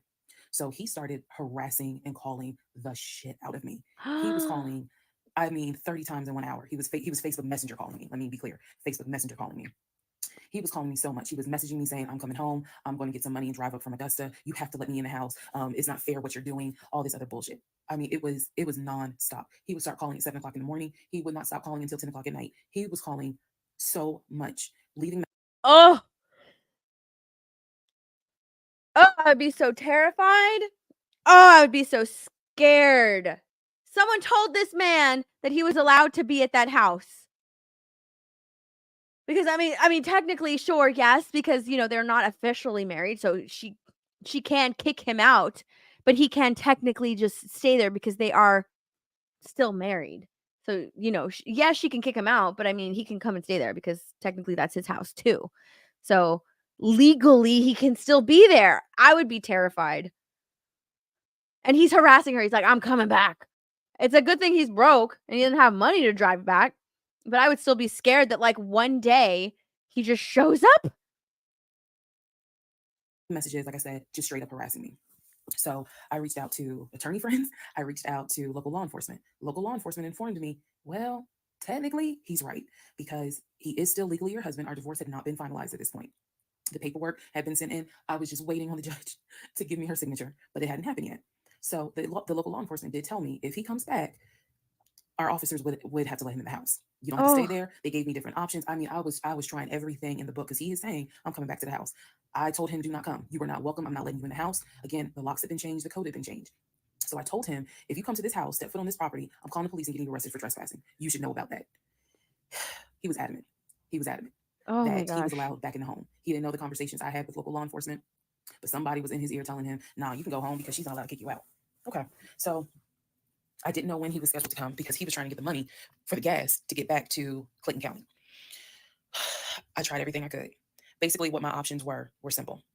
Let him in the home, and I can stay in the home, put him in a room, just have no dealings with him. But again, I don't want to be in the same roof with him. This is what the local police told me. Yeah. I could have an officer go room to room and let his body cam film the room to see the condition of the house. And if Legion showed up, I would leave the house. Oh, hell no. I would not leave that house. What is my third option? The first one is no go. I don't want this man in my house. I don't want this man in my house when I'm not there. So the second option is out the window. What is the third option? This is literally in August, right before my lease is up. So I was already moving. I had already secured another home, did exactly what I said I was going to do, move to Cobb County. So I just needed a couple of weeks before I vacate the home. So the other option was, again, have the officer film the home with the body camera. That way it shows what the condition of the home is at the time that he moved in. So if anything gets messed up, I can sue him. What am I going to sue him for? But nevertheless, He ain't got a dime. or the third option is I can stay there with him, make life miserable. Okay. So the last option is just stay there with him, make his life miserable. That sounds like the first option. Put him in. Oh, okay. So put him in another room or make his life miserable so he doesn't want to stay there. I don't like any of those options. Oh, I'd be freaking out. All right. So my plan was the option of have them film the home. I was not staying in the same house with him. I didn't care. Also, there was no guarantee. And I told the officer this, look, if y'all allow him to stay in this house, I'm telling you by tomorrow morning, every utility in this house will be off. He will have no running water. He will have no air condition. This place will feel like a sauna. Officer kind of chuckled and was like, again, ma'am, I mean, this is one of those domestic situations. He is allowed in the home. Okay. So again, I had no idea when he was coming. I was on pins and needles every day. I'm seeing the phone ring, like I said, about 30 times every hour. I'm seeing the messages. I'm seeing this. I had reached out to a police captain. I had reached out to the chief of police. I was trying to get all kinds of help. Like, it ain't what you know, it's who you know. So he eventually tells me I'm going to be there on Wednesday. This is just an example. I'm going to be there on Wednesday. I had been calling the police captain, who was really gracious, really kind, and was trying to help me because I was like, bro, I just need 2 weeks and I'm out of this house. And we already knew he legally could not go to the new house. I was trying to see if I could move in early to the new place. The landlord was like, I really can't let you. Aww. So I felt like I was running out of options. He's saying he's coming. He's saying he's coming. He's adamant he's coming. I guess somebody felt sorry and gave him some gas money so he could drive from Augusta up to Clayton County. So the day before, I don't think they felt sorry for him. I think they wanted him out of their hair. And he informs me, that they ran his name through GCIC, which is a database that law enforcement agencies use. Turns out he has a warrant for his arrest. So oh my God! Changes everything. If he shows up to the house, don't do anything. Call us. I will have officers to your home, and they will simply arrest him. Oh shit! God is on this woman's side. God said, you know what? I'm gonna give you a break. You've been through a lot. Okay, I blew your tire out on the way to come and have this date with this man to try and like tell you, girl, no, this ain't your man. This isn't your soulmate. All right, I blew your tire out, but you know what? You ignored me. And you went through with this dude anyways. So I'm gonna help you out here, okay? This man has a warrant out for his arrest. She doesn't have to worry about it anymore. He shows up, he gets arrested, boom, you're gone. See you later. Calling the cops. Oh, thank fucking God. Oh my gosh. God bless this woman. So I know that this is a short part, but I'm going to dedicate the next part to what happened when he showed up to my house. Part 47, who the fuck did I marry? So here's what happened. This was mid-August. Went to work as usual. It actually happened on a Friday. I had to look at the dates. It happened on a Friday. Went to work. Still, he was calling me, texting me, messaging me that he was on his way. And so I was a bit on pins and needles all day. I was dreading going home, and that is a horrible feeling to dread to go home. So he had called me and said that he was at the house in the driveway. I guess he had to use the restroom, so he decided to go to the Walmart up the street to go use the bathroom. I wasn't answering phone calls. I wasn't answering text messages. I simply called the police captain. I said, hey, he's saying that he's at the house. The police captain himself drove by the house, but I believe he drove by the house when Legion went to Walmart to use the bathroom. Oh. So the police captain was like, I don't see anyone there. But again, when you get home, if he is there, do not engage. Call us. Okay, no problem, because I got you on speed dial. So I go home. I'm on the phone with both my mother and my aunt on a 3-way call. They're both like, oh my God, what do we need to do? I drive into my subdivision. What he did not know was that he had backed into the driveway up against the garage. Normally I park my car in the garage, but what he didn't know was that at the time I was driving a fleet car. So I wasn't even in my normal car. And I know that he was waiting to see my car, the Nissan Altima that he helped get, pull in to the subdivision and then pull in towards my townhome. That didn't happen because I'm in a different car. He didn't recognize it. So when I turned onto my street, as sure as it is hot in Georgia in the summer, that man was sitting in the driveway in his Ford Taurus. Okay. So I live not far from a cul-de-sac. So when you go straight down, you just turn around the cul-de-sac to come back up. So that's exactly what I did. I went to the corner, turned also that I can see the house, but he would not have been able to see me. I went ahead and called 911. I was very calm, told them exactly what the captain had told me to say. I was like, my name is, the address is, I need police here because my ex-husband is here. He's not supposed to be here. And I feel as though I am in danger. She said, okay. She, again, regular phone call. She said, we're dispatching police to your home. As soon as I hang up, I then call the police captain. He immediately answers the phone. He says, we just got the call. I'm sending 4 officers your way. Okay, good. Get off the phone, call my mom and my aunt back because they were both like, call us back. Call them back on three-way. I continue to sit there until I see 4 cars pull in and stop just in front of my house. So then I ease up.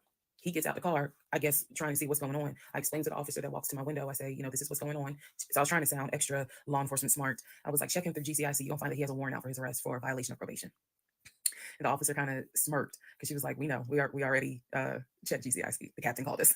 So I was like, okay. So anyway, they tell me to sit in the car. They go up to the window of the car and ask him to step out of the car. He does. When he stepped out of the car, I was like, oh my God. I hadn't seen him since the end of June when I met him at the UPS store.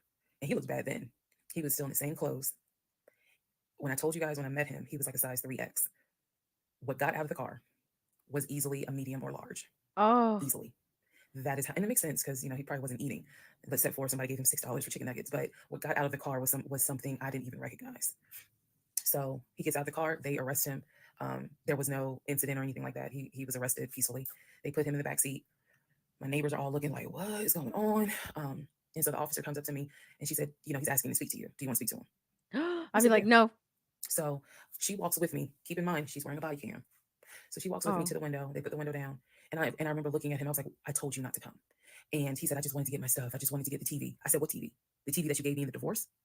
And he was like, yeah, that TV. And I said, it's mine. You gave it to me. I have the fucking text messages proving that you gave me the TV. And I'm trying not to scream because the neighbors are all watching. And he's like, I know. I just needed my stuff. I'm sorry. I'll never bother you again. I'm sorry. And so I look at the officer and I was like, you have me out here with 4 fucking police cars. You have embarrassed me to no end. You have made a fool of me. And you got the audacity to now be like, I'm sorry. I'm like, fuck, you're sorry. So the officer was kind of like, okay. I said, I never want to see you again.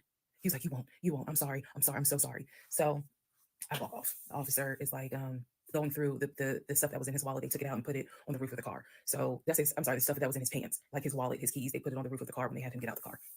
And so she's just like, I said, did you catch all that on body cam? And she said, yeah. I said, he gave me the TV.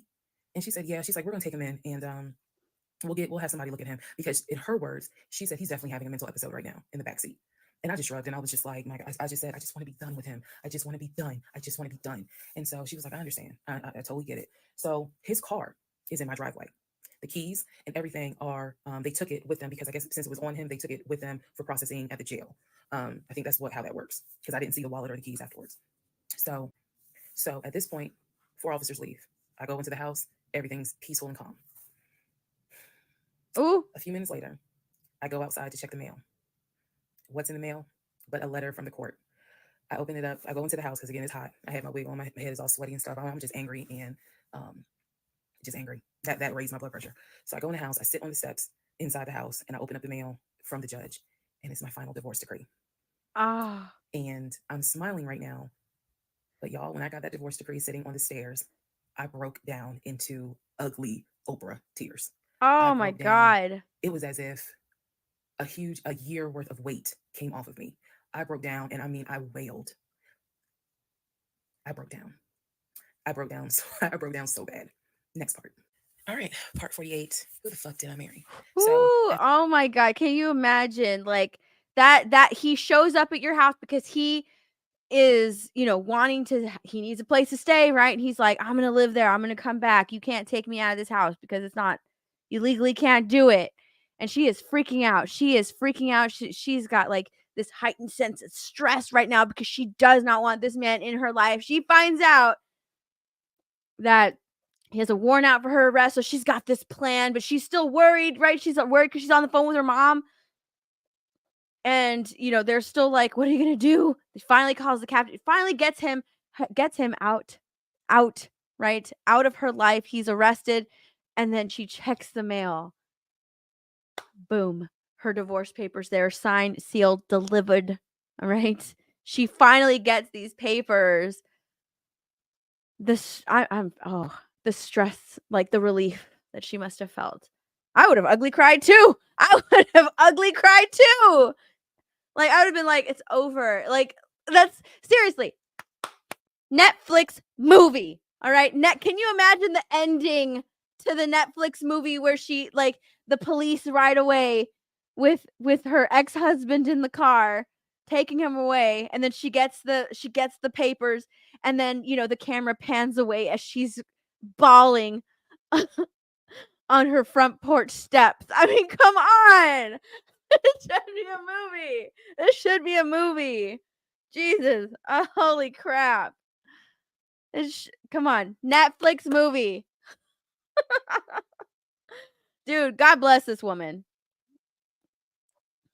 After I finished breaking down, wiped my tears, and his car is still in the driveway. I couldn't park in the driveway. So I called the car company. I had called the car company once before when he went missing for those 2 weeks to ask them if they maybe had a tracker on the car and could track it. And the nice gentleman informed me that the tracker had not been giving a signal off for about 5 months. So he wouldn't really give me details on the car, but obviously the car had not, the car payment was not being made on that car. It had not been made on that car for quite some time. So he and I split in June, but apparently the car payment wasn't made long before June. Can't speak to that, but he still had the car. So called the car company. I told them, I understand that y'all looking for this Ford Taurus. And the lady said, yes, or you can make a payment. I said, no, y'all can come get it. Here's the address. When do y'all want to get it? And she said, well, I can have a driver come get it tomorrow morning. I said, no problem. That car will be ready for you to get it tomorrow morning. And so the car was repossessed out of my driveway the next morning, Saturday. The driver was there about 7 o'clock in the morning. He had the master key for the car, cranked it up, drove it, put it on the tow truck, and left. Here's what that now means. When Legion left my house in June, he left with 2 bags of clothes. Everything else was in my house. At the end of July, or towards the end of July, everything that he had left in my house had been donated to the domestic violence shelter, which means that the only thing that Legion had were the clothes that he had taken with him in the car. When he got arrested in my driveway, all of his clothes were still in the car. And when the car got repossessed Saturday morning, all of the clothes were in there, which means that when he went to jail, whenever he got out, he only got out with keys to a car he no longer had, a wallet with probably no money in it, and the clothes that were on his back. Everything else was gone. Now we can fast forward to what happened around August 29th. So I was... Woo! He gave her a mental, oh my gosh. Yeah, he chose to play with the wrong woman. She left him with nothing. Dude. Yeah, that's God. He's like, here. I am permanently removing this man from your house. From your life. That's God. Oh my gosh. Whew. Scheduled to move August 31st. Remember, I'm moving up to Cobb County. We have been checking the court documents. He had a court date scheduled for around August 29th or August 30th. I don't remember the exact date. The court time was supposed to be around 9 o'clock in the morning. My mom was watching the court filings online, and according to her, because I missed it, they showed him on the screen because this was still during Zoom. They showed him on the screen, and then he was ushered out of the court into like a back area, and an attorney spoke on his behalf. Between the time that he had been arrested and the time of the court date, I had never in my life slept so good. Truthfully, never slept so good. I was officially divorced. I had no ties to him. There was nothing in the house of his there was nothing of his that was still in the house. I felt free. So when the court date happened and my mom told me what she saw on the Zoom, I was confused. Is he getting out? Is he having to serve time? What's going on? I called the courts. I tried to speak to his attorney, and his attorney had a horrible attitude and was like, why are you calling me? And I informed him. I said, look, I'm a bit afraid of this man. So can you please just tell me if he is being released, or is he going to be kept, or if he is going to be sentenced to a longer jail term? He said, no, he's not being kept in a longer jail term because the warrant had expired. So when the police arrested him, yes, it was a valid arrest, but the warrant had expired. So I believe the warrant had expired like 6 months earlier, but of course it wasn't put in the system. Oh no. Which means that if the court date is August 29th, he's going to be released August 29th or August 30th. I'm moving August 31st. So my mom was just like, please just spend the night at your aunt's house. Like, just spend the night at your aunt's house, then go back to the house during the day. The movers will be there, and then just move. So that's exactly what I did, because there was concern that he would get out of jail angry and catch an Uber with no money and come back to the house, either for retaliation or because he's just in a fucking manic mode. And so that's where he went. I really didn't want to take any chances. It's just that simple. I did not want to take any chances. I knew that at that point, legally, the law's on my side. Y'all are divorced. You have no reason to be at this home. I knew that that's what the police would say, but I wasn't 100% sure, because truthfully speaking, I did not know this man. Yeah, for sure. She has no idea. I thought I knew him, but you never really know a pathological liar. So needless to say, he got released August 30th. I went to my aunt's house for the night.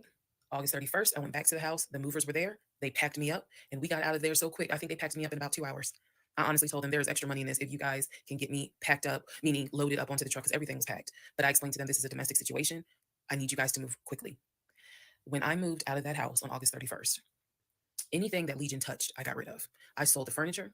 I sold dining room tables. I donated plates, glasses. When I tell you, I moved out and I started over. I completely purged my life. Completely started over. I mean, I was not willing to take a single item into my new home that reminded me of him. From the dishes in the kitchen to the towels in the linen closet. When I tell you Amazon and Ross were my best friends, I mean they were my best friends because I could not fathom moving into a new home, a new space with anything that reminded me of him. I sold the bed, got a new bed. If he had bought me clothes, I got rid of them. If he bought me shoes and purses, okay, I kind of kept the heels. But um,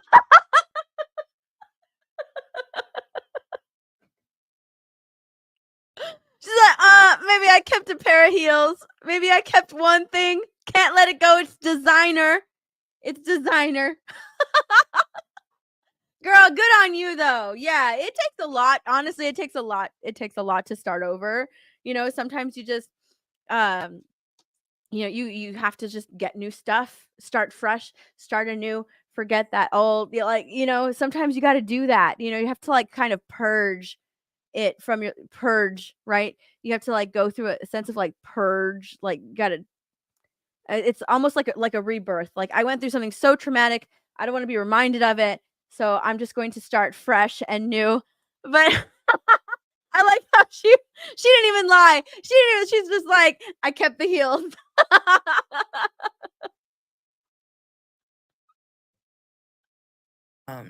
everything else I got rid of. So I completely purged my life, completely. Started over from the bottom in terms of just the move. Um, I could not take any piece of him with me. Could not. Part 49, who the fuck did I marry? So after the whole, I moved and I started over, basically, completely started over. So there was a period of time where different people had reached out to me, people who knew him. Apparently, he was still trying to find a couch to sleep on. And so one guy in particular had reached out to me because I guess Legion had asked him if he could come and stay with him and his family because he was homeless and had nowhere to go. And so he had lied and told the guy, because again, he's a liar. So he had lied and told the guy that, I had kicked him out. We're divorced. I had taken all his money. And so that's why he's homeless. So the gentleman simply was Dude. He reached out to his friend and said that like she took all his money. Wasn't that the same thing that he said to her when he met her about his ex-wife? That like, yeah, she took all my money or she was coming after my money. My boy, my dude. She took all my money. Get out of here. Your money from like your fake arena football job that you made up, the money that you never had. reaching out to me on Facebook to confirm what is actually true. And he and I talked because he ended up calling me. He and I talked for a while. Very respectful, really nice guy, very compassionate. And so I told him, I was like, I said, we're divorced. So I have nothing to do with him. I said, I wouldn't bring him in my house with my family if I were you. But that's just me. And so the guy was like, lady, he didn't say lady, but he was like, lady, you dodged a bullet. He was like, I know you may not see it now, my sister, but you dodged a bullet. You dodged a bullet big time. And so, just in talking to him, he was very encouraging. Like, it sounds like you got a good head on your shoulders. It sounds like you're a good woman. And no, he was not flirting at all. He was like, it sounds like you're a good woman. And I really hope this does not mess you up. Like, don't let him mess you up. Don't let him like diminish your shine kind of thing. And I appreciate that. I did because at that time, again, had moved into my new place. 2021 was the worst year I ever had. I'm not saying that so that 2024 can be like, hold my beer. But 2021 was a dark year. Started out married, end of the year, divorce, end of the year with COVID and divorce. Yeah. And Ooh. that period of time, that August, September time, I felt like I was just walking around like a numb woman. I didn't know if I was coming or going. I didn't know I didn't know what to do because I felt like I had just been through hell. And it was a period of time where I had to sit down and I had to really deal with some stuff that I just simply was not ready to deal with. Things that I had to come to grips with that I really wasn't ready to come to grips with. So fast forward all this time, get to December of 2021. Yes, this is where the story does end. Get to December 2021. I am out sick with COVID. I'm not at work. I get a phone call from my coworker telling me that Legion has called our job looking for me and was trying to get information on how to reach me. Yes, I had already changed my number. Again, I had already moved, but he knew where I worked. So apparently he had called trying to find me. And the person that answered the phone was like, we're not going to give you that information. So he said, well, can you ask her to give me a call? I'm just trying to get a hold of her so I can get my stuff. The stuff he's talking about are those tote bags from July. So he was calling. And it was a problem. He was trying to reach out to me on Facebook. He was trying to reach out to family members on Facebook, trying to get me to call him so that he could make arrangements to come get his stuff. The devil is a lie. So my friend Ooh. Tracy, who came to my rescue again, my friend Tracy was like, okay, here's what you're going to do. She said, you're going to send him a message and you are going to say these exact words. I sent him a text message. She said, and she told me you're going to send a text message because it's going to be timestamped. And basically the text message says, I do not have your stuff. I did not have your stuff. I have nothing that belongs to you. If you continue to, you are disrupting the work of my job by calling and asking for me. We have no contact with each other. I will send you a copy of the divorce decree that shows whatever is in your possession you own and whatever is in my possession I own. If you contact me directly or indirectly ever again, I will get a restraining order on you. Now, for those of you who are watching this in 2024, and you're probably like, wow, she's dramatic. Please understand that what I just said, I meant. I mean that. If you ever try to contact me directly or indirectly, I will get a restraining order. Ooh, I have it in she's writing. had it. She's I've always done. had it in writing. And She's if I need to done. rewrite it again in 2024, I will, because the boundaries still stand. And that, ladies and gentlemen, is the last time I had any contact whatsoever with my pathologically lying ex-husband. Woo! That was the story. All right. Aftermath. Here's the final part. This is the aftermath. Whoo! She never heard from him again. She's like, never contact me again or I'll get a restraining order on you. Like, that would stop him on, I don't know. Maybe it would. Who knows? The fact that he thought that she kept his stuff, though. You know what I think? I think he's probably, like, trying to get a hold of her, so he could see if he can worm his way back into her life or whatever, but, woo! Alright, the aftermath. Let's go. The aftermath. Yes, this is the post-credits. No, we have different post-credits. Hold on, we got different post-credits. Part 50, who the fuck did I marry? So, the aftermath. There's some realizations I had to come to after the divorce and everything had passed. One, Not the dramatic music playing. Do you hear it? All right. Legion never loved me. He never loved me. He doesn't love himself, so I know he didn't love me. Number two, he didn't even like me. He watched me get excited about things that he knew I was not going to get. And not even just the possession stuff. Like, of course, we know I was excited to be the woman whose husband is like, I'm taking my wife to London. I was excited to be the woman whose husband was like, yeah, I bought my wife a brand new BMW X5. You have to understand, all the jokes that we make about the BMW. It was the time and effort that he spent in taking me to dealerships and being sure to put me in the car and test drive the car and, oh, I can see you in this. I like this for you. It seems safe. It was the effort to really make me believe that he was going to get this. Just for him to fuck with me. The effort in taking me to all these homes, to see my face light up as a woman who grew up on welfare, to be able to walk into these 4 and 5 bedroom homes, knowing that he didn't have any money to buy it. Imagine if he had just been honest and said, hey, I like in my free time to go to open houses and just see how the other people live. Imagine if he had just said that versus wasting not only my time, but wasting the time of the realtors who did nothing wrong. There's a level of cruelty to my ex-husband that I had never experienced before. And God knows, I pray I never experience it again. That's the word that comes to mind when I think of him. He is cruel. And it wasn't just me, he did it to the ex-wife. So do I trust? No. No. I trust the people who were in my life before him. If we were friends or if we were in a relationship or whatever and I knew you before him, I trust you explicitly. But if you're somebody I just met, I don't trust you. I don't. There's no point in me getting on here and saying and making it seem like, oh, I'm so strong, I'm so brave. I struggle big time. Because on one hand, I want to like someone. On the other hand, I'm immediately thinking, what if it's a repeat? And I'm gonna be honest with y'all, I can't go through that again. I can't. Every single thing in our relationship was a lie. It took me a while to realize every single day this man lied to me. Every single day he lied to me. Every conversation he had was a lie. I will never know how much he lied to me. I'll never know. And I've made my peace with it. I will never know how deep it really truly goes. I only know what I experienced and I only know what God allowed me to see. But I'm willing to bet that there's a lot I still don't know. When people say, oh, you dodged a bullet, like you just, and I've read a lot of the comments on this, and people have sent me a lot of the comments. And so I need to make one thing very clear. I am fully aware I dodged a bullet. I am so grateful to my God that I did not have that man's child. I'm sorry if that offends some of you, but it's the truth. I'm grateful that we didn't buy a house and that I'm not financially tied to him in any way, shape, or form. But I'm also grateful for the fact that there are things about my ex-husband that I discovered in terms of how he is when it comes to other women. And I'm grateful that God has kept me and protected me. That's all I'm saying. So when I started out making this series and I made the decision to tell my story, my motive was I just want to help one person. If there's a woman out there who's like, God, I want to be married and I met this guy and something don't seem right, but maybe it's not that bad. My advice is, honey, just go ahead and do your research, because I can honestly tell you, being single sucks. Okay, in my opinion, sometimes it sucks, but being married to the wrong person is a type of hell no one should have to go through. You should not have to be married to someone that does not like you. You should not have to be married to someone that doesn't even love you. And I know what that is like. I know what it's like to be told, hey, babe, I love you. And yet, I swear, I think that man sat back in the recliner with his WWE Championship Roman Reigns belt and laughed his ass off at me every day. Like, damn, she really believed it. I do. I really do think that. My radar was broken because I am an intelligent woman.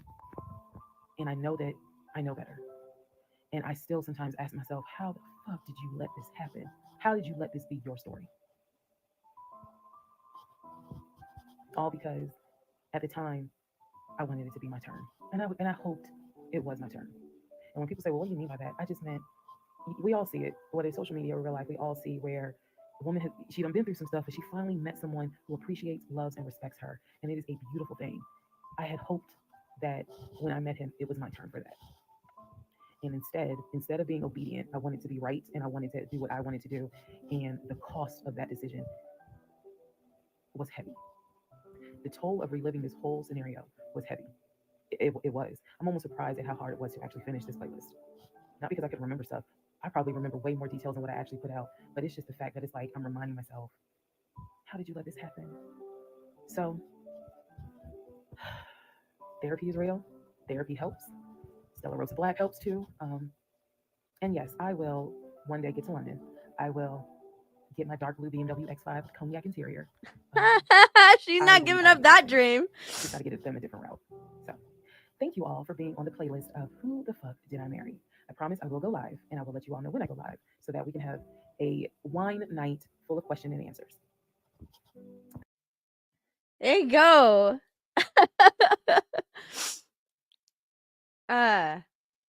Ooh, that ending almost got me again. I almost started crying again. When I finished this series, when she was talking, like when I finished the series the first time, I was out in public, y'all. I was listening to it and I was out in public. I'm sitting there crying. I'm like I'm walking around just like crying because of the stuff that she says. But yeah, oh, she almost got me there at the end when she's talking about being single. All right. That is it. We got through 1 through 50. 1 through 50. We made it through the viral TikTok story of Who the Fuck Did I Marry? That was the story of Miss Risa Tisa and Legion, but it's not over because there were some developments, right? There were some developments.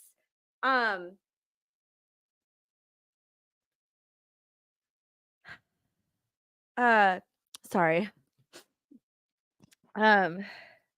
There were some developments, all right? Hold on. Let me get to the article. Hold on.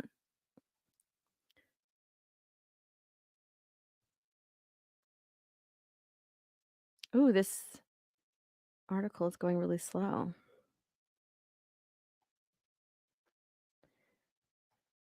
All right, look. Who's the husband? What's up, JM the Elite fan? We want to know who the husband is, right? Who is Legion? Who is Legion? All right, like a bunch of news outlets picked up this because it went mega viral on TikTok. People were watching it. People were invested in this story. But who is Legion? Even though, so I'm going to read it from this article. Even though Risa kept the identity of her ex-husband a secret, TikTok users quickly took up the challenge of trying to track down the man, and they succeeded.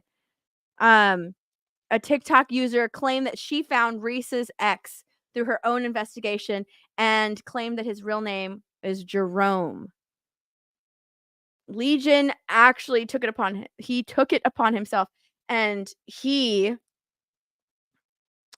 says Danny believes she found Legion via Facebook. Risa never confirmed it was him. However, soon after Danny's video, Jerome confirmed that he was the man with the Facebook account by releasing his own TikTok response.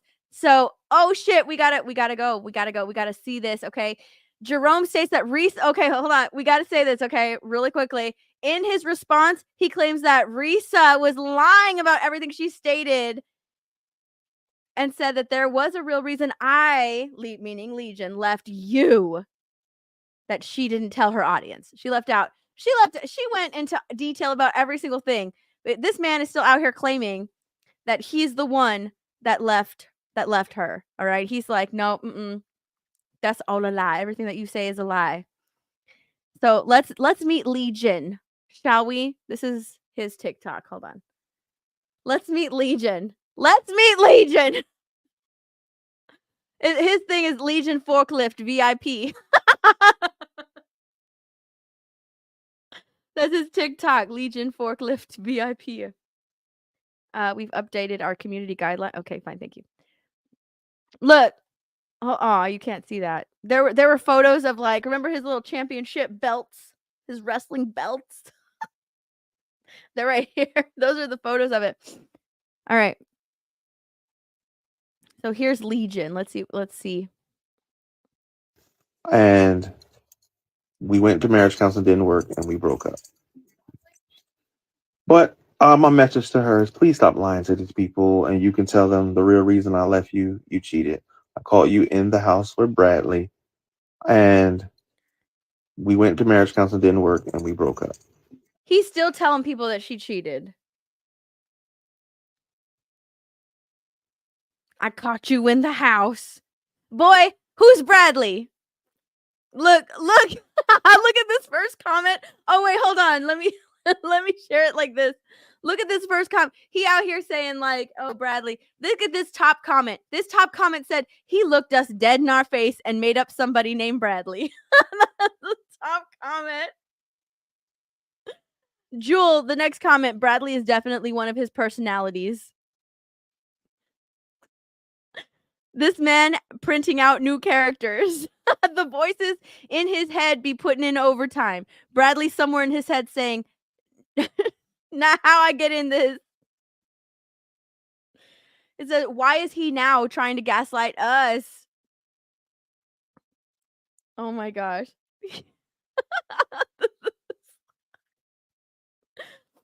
He's still trying to say this. So this is Legion. Everybody, do we ever get to meet Legion? Yes, we do. Introducing Legion. This is Legion, ladies and gentlemen. I'm gonna address the rumor Risa Tisa ex-wife who straight line to y'all. It's sad because it's completely false of everything. More to the point, I haven't decided who I'm gonna talk to exactly or go on whose page or whatever.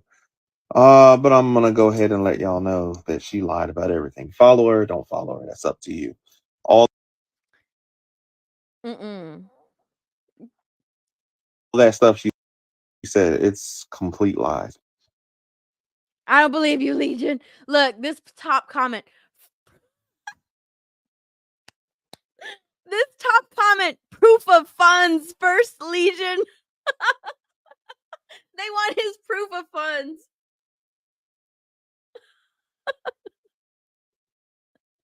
This comment right here just says, he just looked like he lying.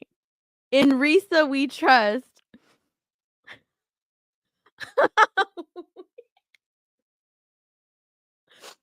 This person right here, we are going to need your 50-part explanation from you, or else we do not want to hear it.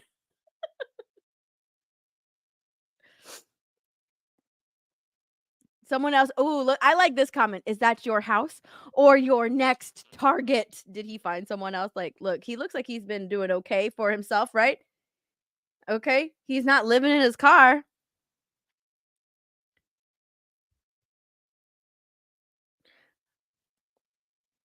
This person, call your brother on the front then, because who was on the phone?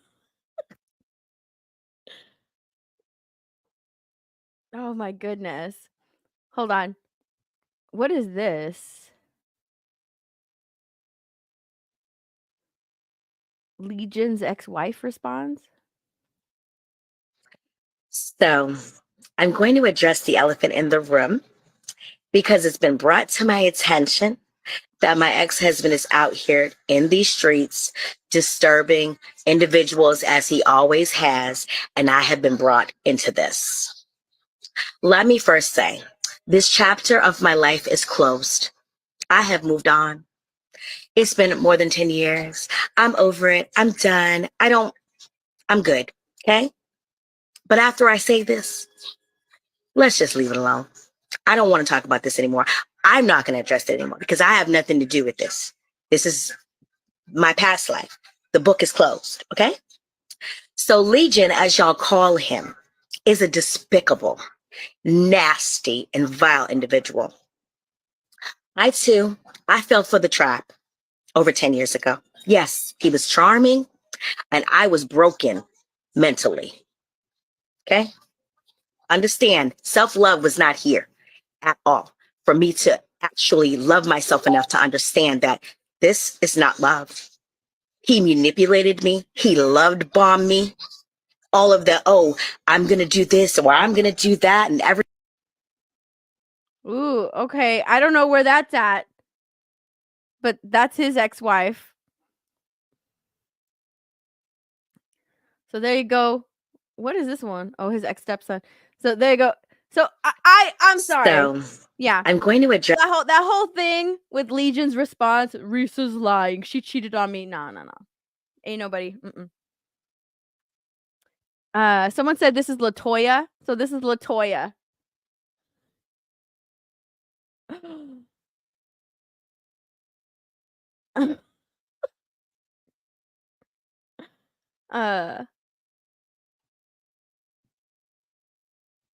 What is this? So okay, so when I started this series on Tuesday, all right, because it's not Friday. When I started this on Tuesday, I think like up to here, all of this stuff is new. I didn't even see this, but it was just like up to here. But look at this. Know a nigga like myself.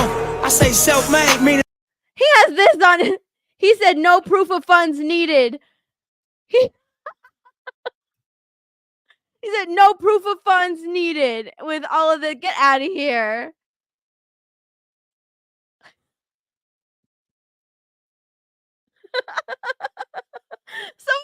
Someone in the comments said, "Is that Buckingham Palace?"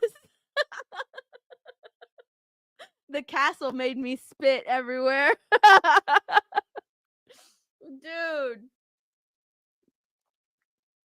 Someone just said he has to be a little slow, y'all. No way. All right. So there we go. That is Legion. Is he crying? What is this? Legion with some words of encouragement. No, I'm not even gonna play that. Okay, we're not even gonna play Legion's words of encouragement. Get out of here. Get out of here with that. So Risa gave an update. All right. Risa gave an update. We have to get to it. Where's it at?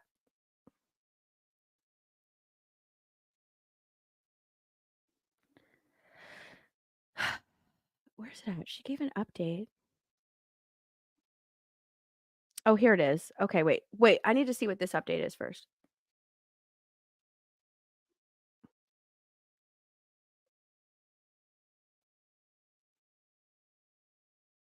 Oh, okay. So here, hold on. Let me just share this really quickly. So Risa gave an update. All right. One update. This update right here. PSA for Who the Fuck Did I Marry? This is for people who are, asking her about like, hey, is there a playlist? And why did you make this so long? That type of thing. So she said that she did intend this to be like audio book style, which is why she made an entire playlist for it. And, she didn't intend for you to sit down for hours and watch this on TikTok. Like, that's not her intention. Her intention behind the series is to like tell the story, create a playlist for that story. And so that way you can like just have it in your ear and just listen to it.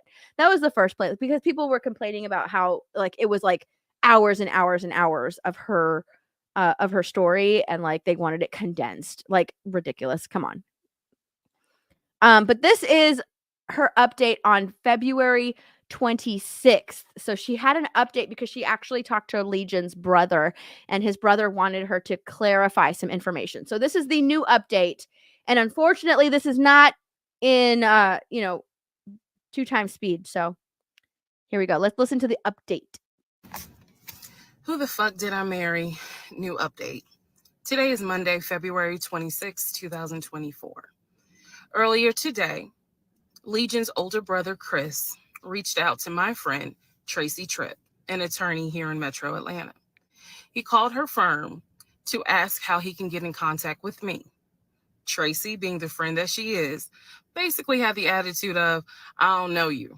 You're going to have to verify. Remember, trust, but verify. Chris did exactly that. On the phone, he verified, because I was on speakerphone when she called me, that he was in fact the older brother. I felt comfortable. I called him from my personal phone. I called him at 2:16 p.m. Eastern Standard Time. He and I spoke, and there were two things that he asked for me to clear up. Here it is. Number one, Legion's mother passed away first. His father passed away a few years later. It was at the father's funeral that Legion brought his ex-wife, and apparently there was an altercation of some kind between Legion and his older brother. They have not seen each other since the father's funeral. The information that I initially gave in my 50-part series was that they have not seen each other since the mother's funeral. So I want to clarify, they have not seen each other since the father's funeral. Secondly, Chris wanted me to also let you all know that their parents, though they are passed away, the parents did everything they could to get Legion psychiatric help. Okay, so this is where we find out. Hold on, wait.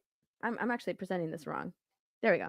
So this is actually where we find out what is wrong with Legion. Because remember, I've been saying like, and people in the comments of these videos are like, there's something wrong with him mentally. He has mental issues.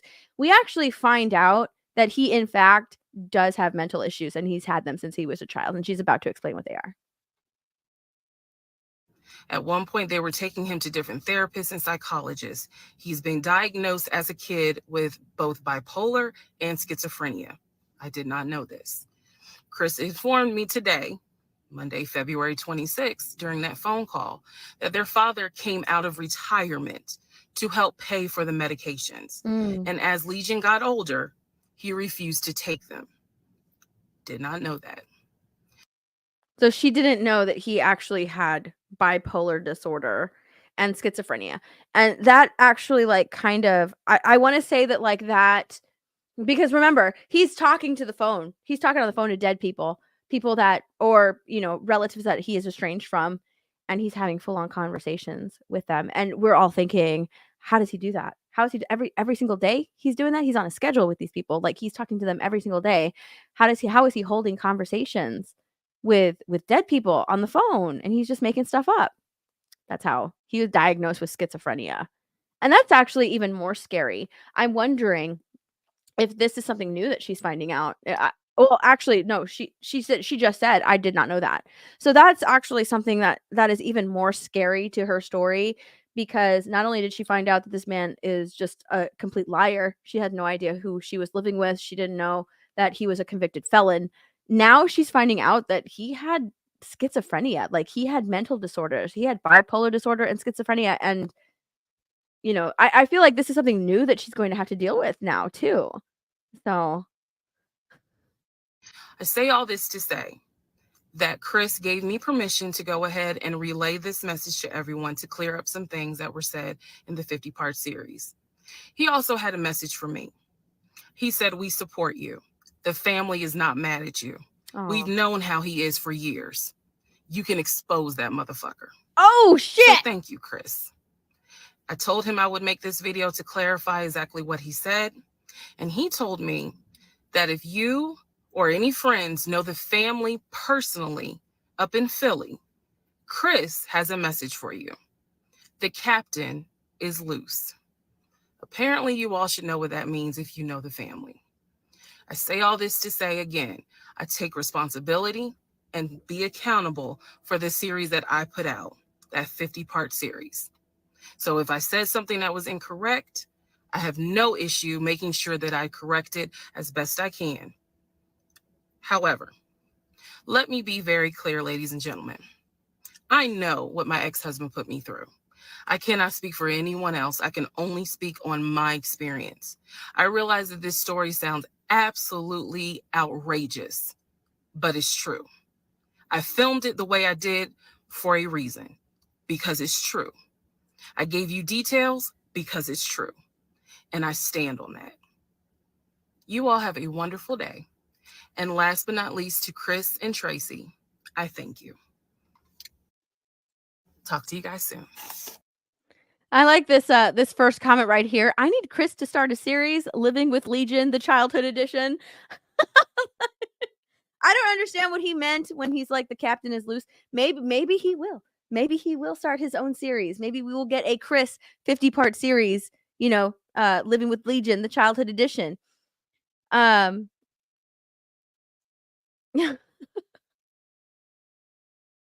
Someone right here, the comment says plot twist, it was Legion that called pretending to be Chris. The captain is loose, likely a phrase the family used whenever Legion was off his meds and doing the most. Yeah. So this kind of like sort of ties everything together. I feel like, you know, her response, or I'm sorry, you know, the fact that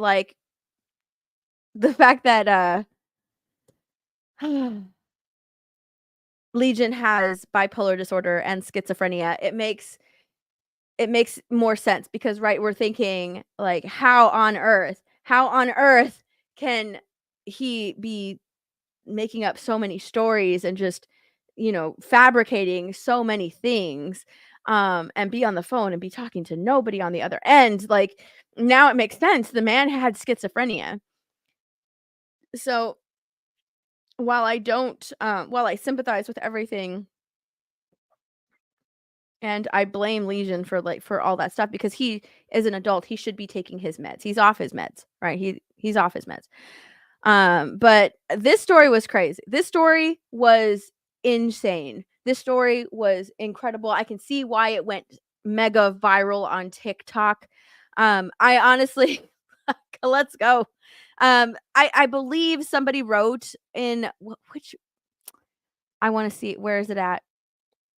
That's part 14. I want to say it's like in the first, this one. Was it this 4 days ago? Am I the only one starting this today? Everyone's starting today. People who just started today. Everybody's just started today. Someone put like TikTok's first TikTok's first series. I don't know. Anyways. Oh, woo. Oh, she went live. Look, Who the Fuck Did I Marry Live? This story was wild. This story was wild. Okay. I'm glad that you guys rode this Risa Tisa Legion train with me. But yeah, this story was wild. It is mesmerizing. You can't help but get invested, honestly. You can't help but get invested in the story. And I love the way she ties it up in like her own little bow at the very end. Yes, sad music and all. It's still very sad what she went through, the roller coaster of emotions that she went through, and it's sad how she's living now. It's honestly because it's going to take her a long time to trust anyone again, right? I mean, even in this video where the brother is trying to get a hold of her and she needs to trust and verify. He needs to provide some proof that he is who he says he is. Like, it sounds like she will not let anybody into her life. Which is a sad way to live, honestly. But, you know, I think that through work, she'll be able to find what she was looking for when she initially, you know, before she met Legion and he just completely ruined her.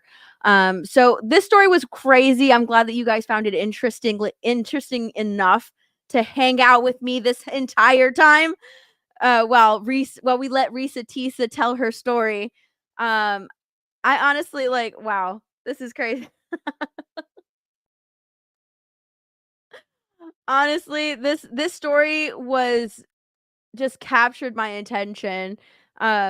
I didn't think that we would do 3 streams on it, honestly. but here we are, the 3rd stream, because we got a little too invested in her story. Yeah, this was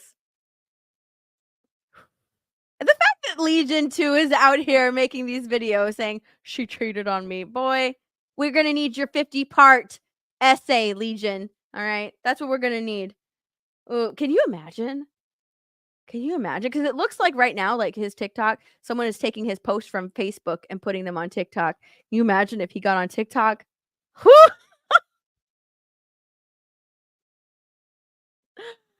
Oh my gosh, no. We don't need that. All right. Alberta Not a Retro for $5. I don't know about getting a passport, but I don't think most countries let fitted. Oh, I read that one. Did you see the video I sent you? I have not yet. I will check my email when I end the stream. Alberta Not a Retro for 10. This is why when you get the big one, you don't just walk out on your job.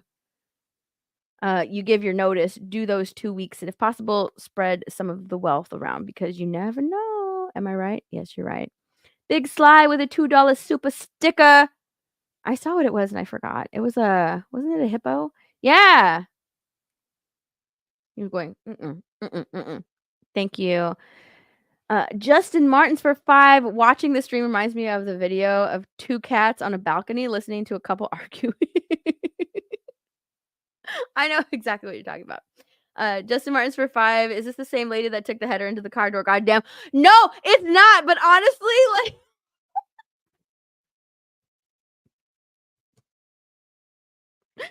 when Jeremy played that on main event the other day, I was laughing even harder because the one thing that came to my mind was, oh shit, there's Risa Tisa chasing after Leisha.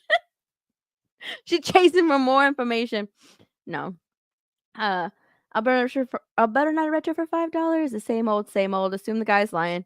She had a long time to make something up. Not saying she did, but she could have. She could have, but people have like his name is out there and you can find his records and people have verified that, like, yeah, like, yes, this man has a criminal record. So, and news outlets has like verified a lot of this stuff, so as well, but ooh. And I feel like the fact that the family is also coming behind her and supporting her, the fact that his ex-wives are out here, also saying stuff about him, um, it says a lot. It says a lot. There are sometimes, you know what? Sometimes there's just some crummy people out there. There's just some crummy people out there. So, but yeah, that is the story of Risa, Tisa, and Legion. Hope you guys enjoyed it. Hope you guys enjoyed it. Oh my gosh. Woo! I'm glad we got through it today because I don't know if I could have done another TikTok talks. Now I have to look for something different. I've been just focused on Risa Tisa and the updates. All right, I have to find something new for next Tuesday. We're all done with Risa Tisa. Anyways, I'll be going live later on this evening on Kick and Twitch. Maybe YouTube. So Kick, Twitch, and possibly YouTube, just all 3, to play Mario Kart with the chat. So tonight, if you guys want to hang out with me and play Mario Kart, I'll be going live later on this evening, probably, I don't know, either 9 or 10 o'clock. One of those 2 times. Either 9 or 10 o'clock because I've been staying up way too late. And I need to get a nap in today. I need to do a lot of stuff around this house. I need to do stuff around the house, get some stuff together.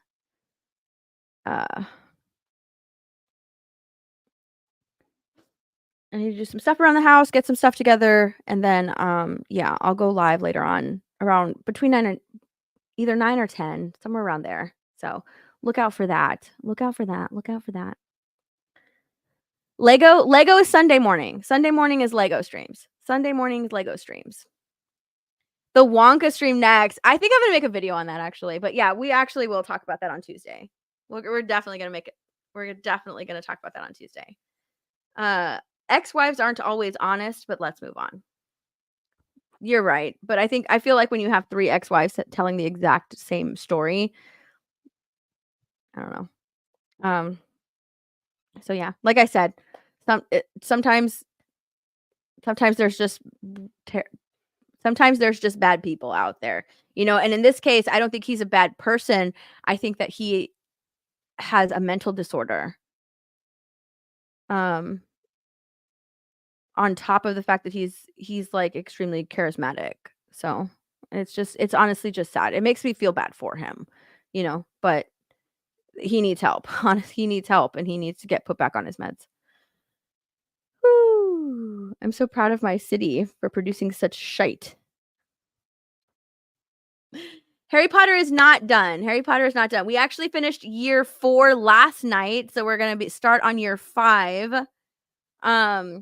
But I want to take just a little break between year 4 and 5, so we're going to play Mario Kart. So, yeah. I finished year 4 last night. We did it. We got through year 4. Year 4 was probably like one of the easier years, I think. So, it felt like one of the easier years to get through. I felt like that one went by like really quickly. We got through that year pretty quickly. All right. But other than that, that is the end. That is the end, ladies and gentlemen. Thank you guys so much. Thank y'all so much for hanging out with me, for going on this Risa Tisa Legion ride, getting invested, hanging out here. Yeah. Get Arkham done. Ooh, that could be fun. Do the Arkham. That could be a lot of fun. Maybe. I wanted to do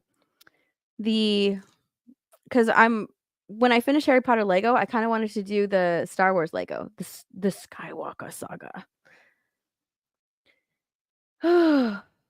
Follow the grift trend. I know I'm a terrible grifter. Normally everybody, like, people would be like, "Come on, guys, let's turn that chat green. Let's turn that chat green."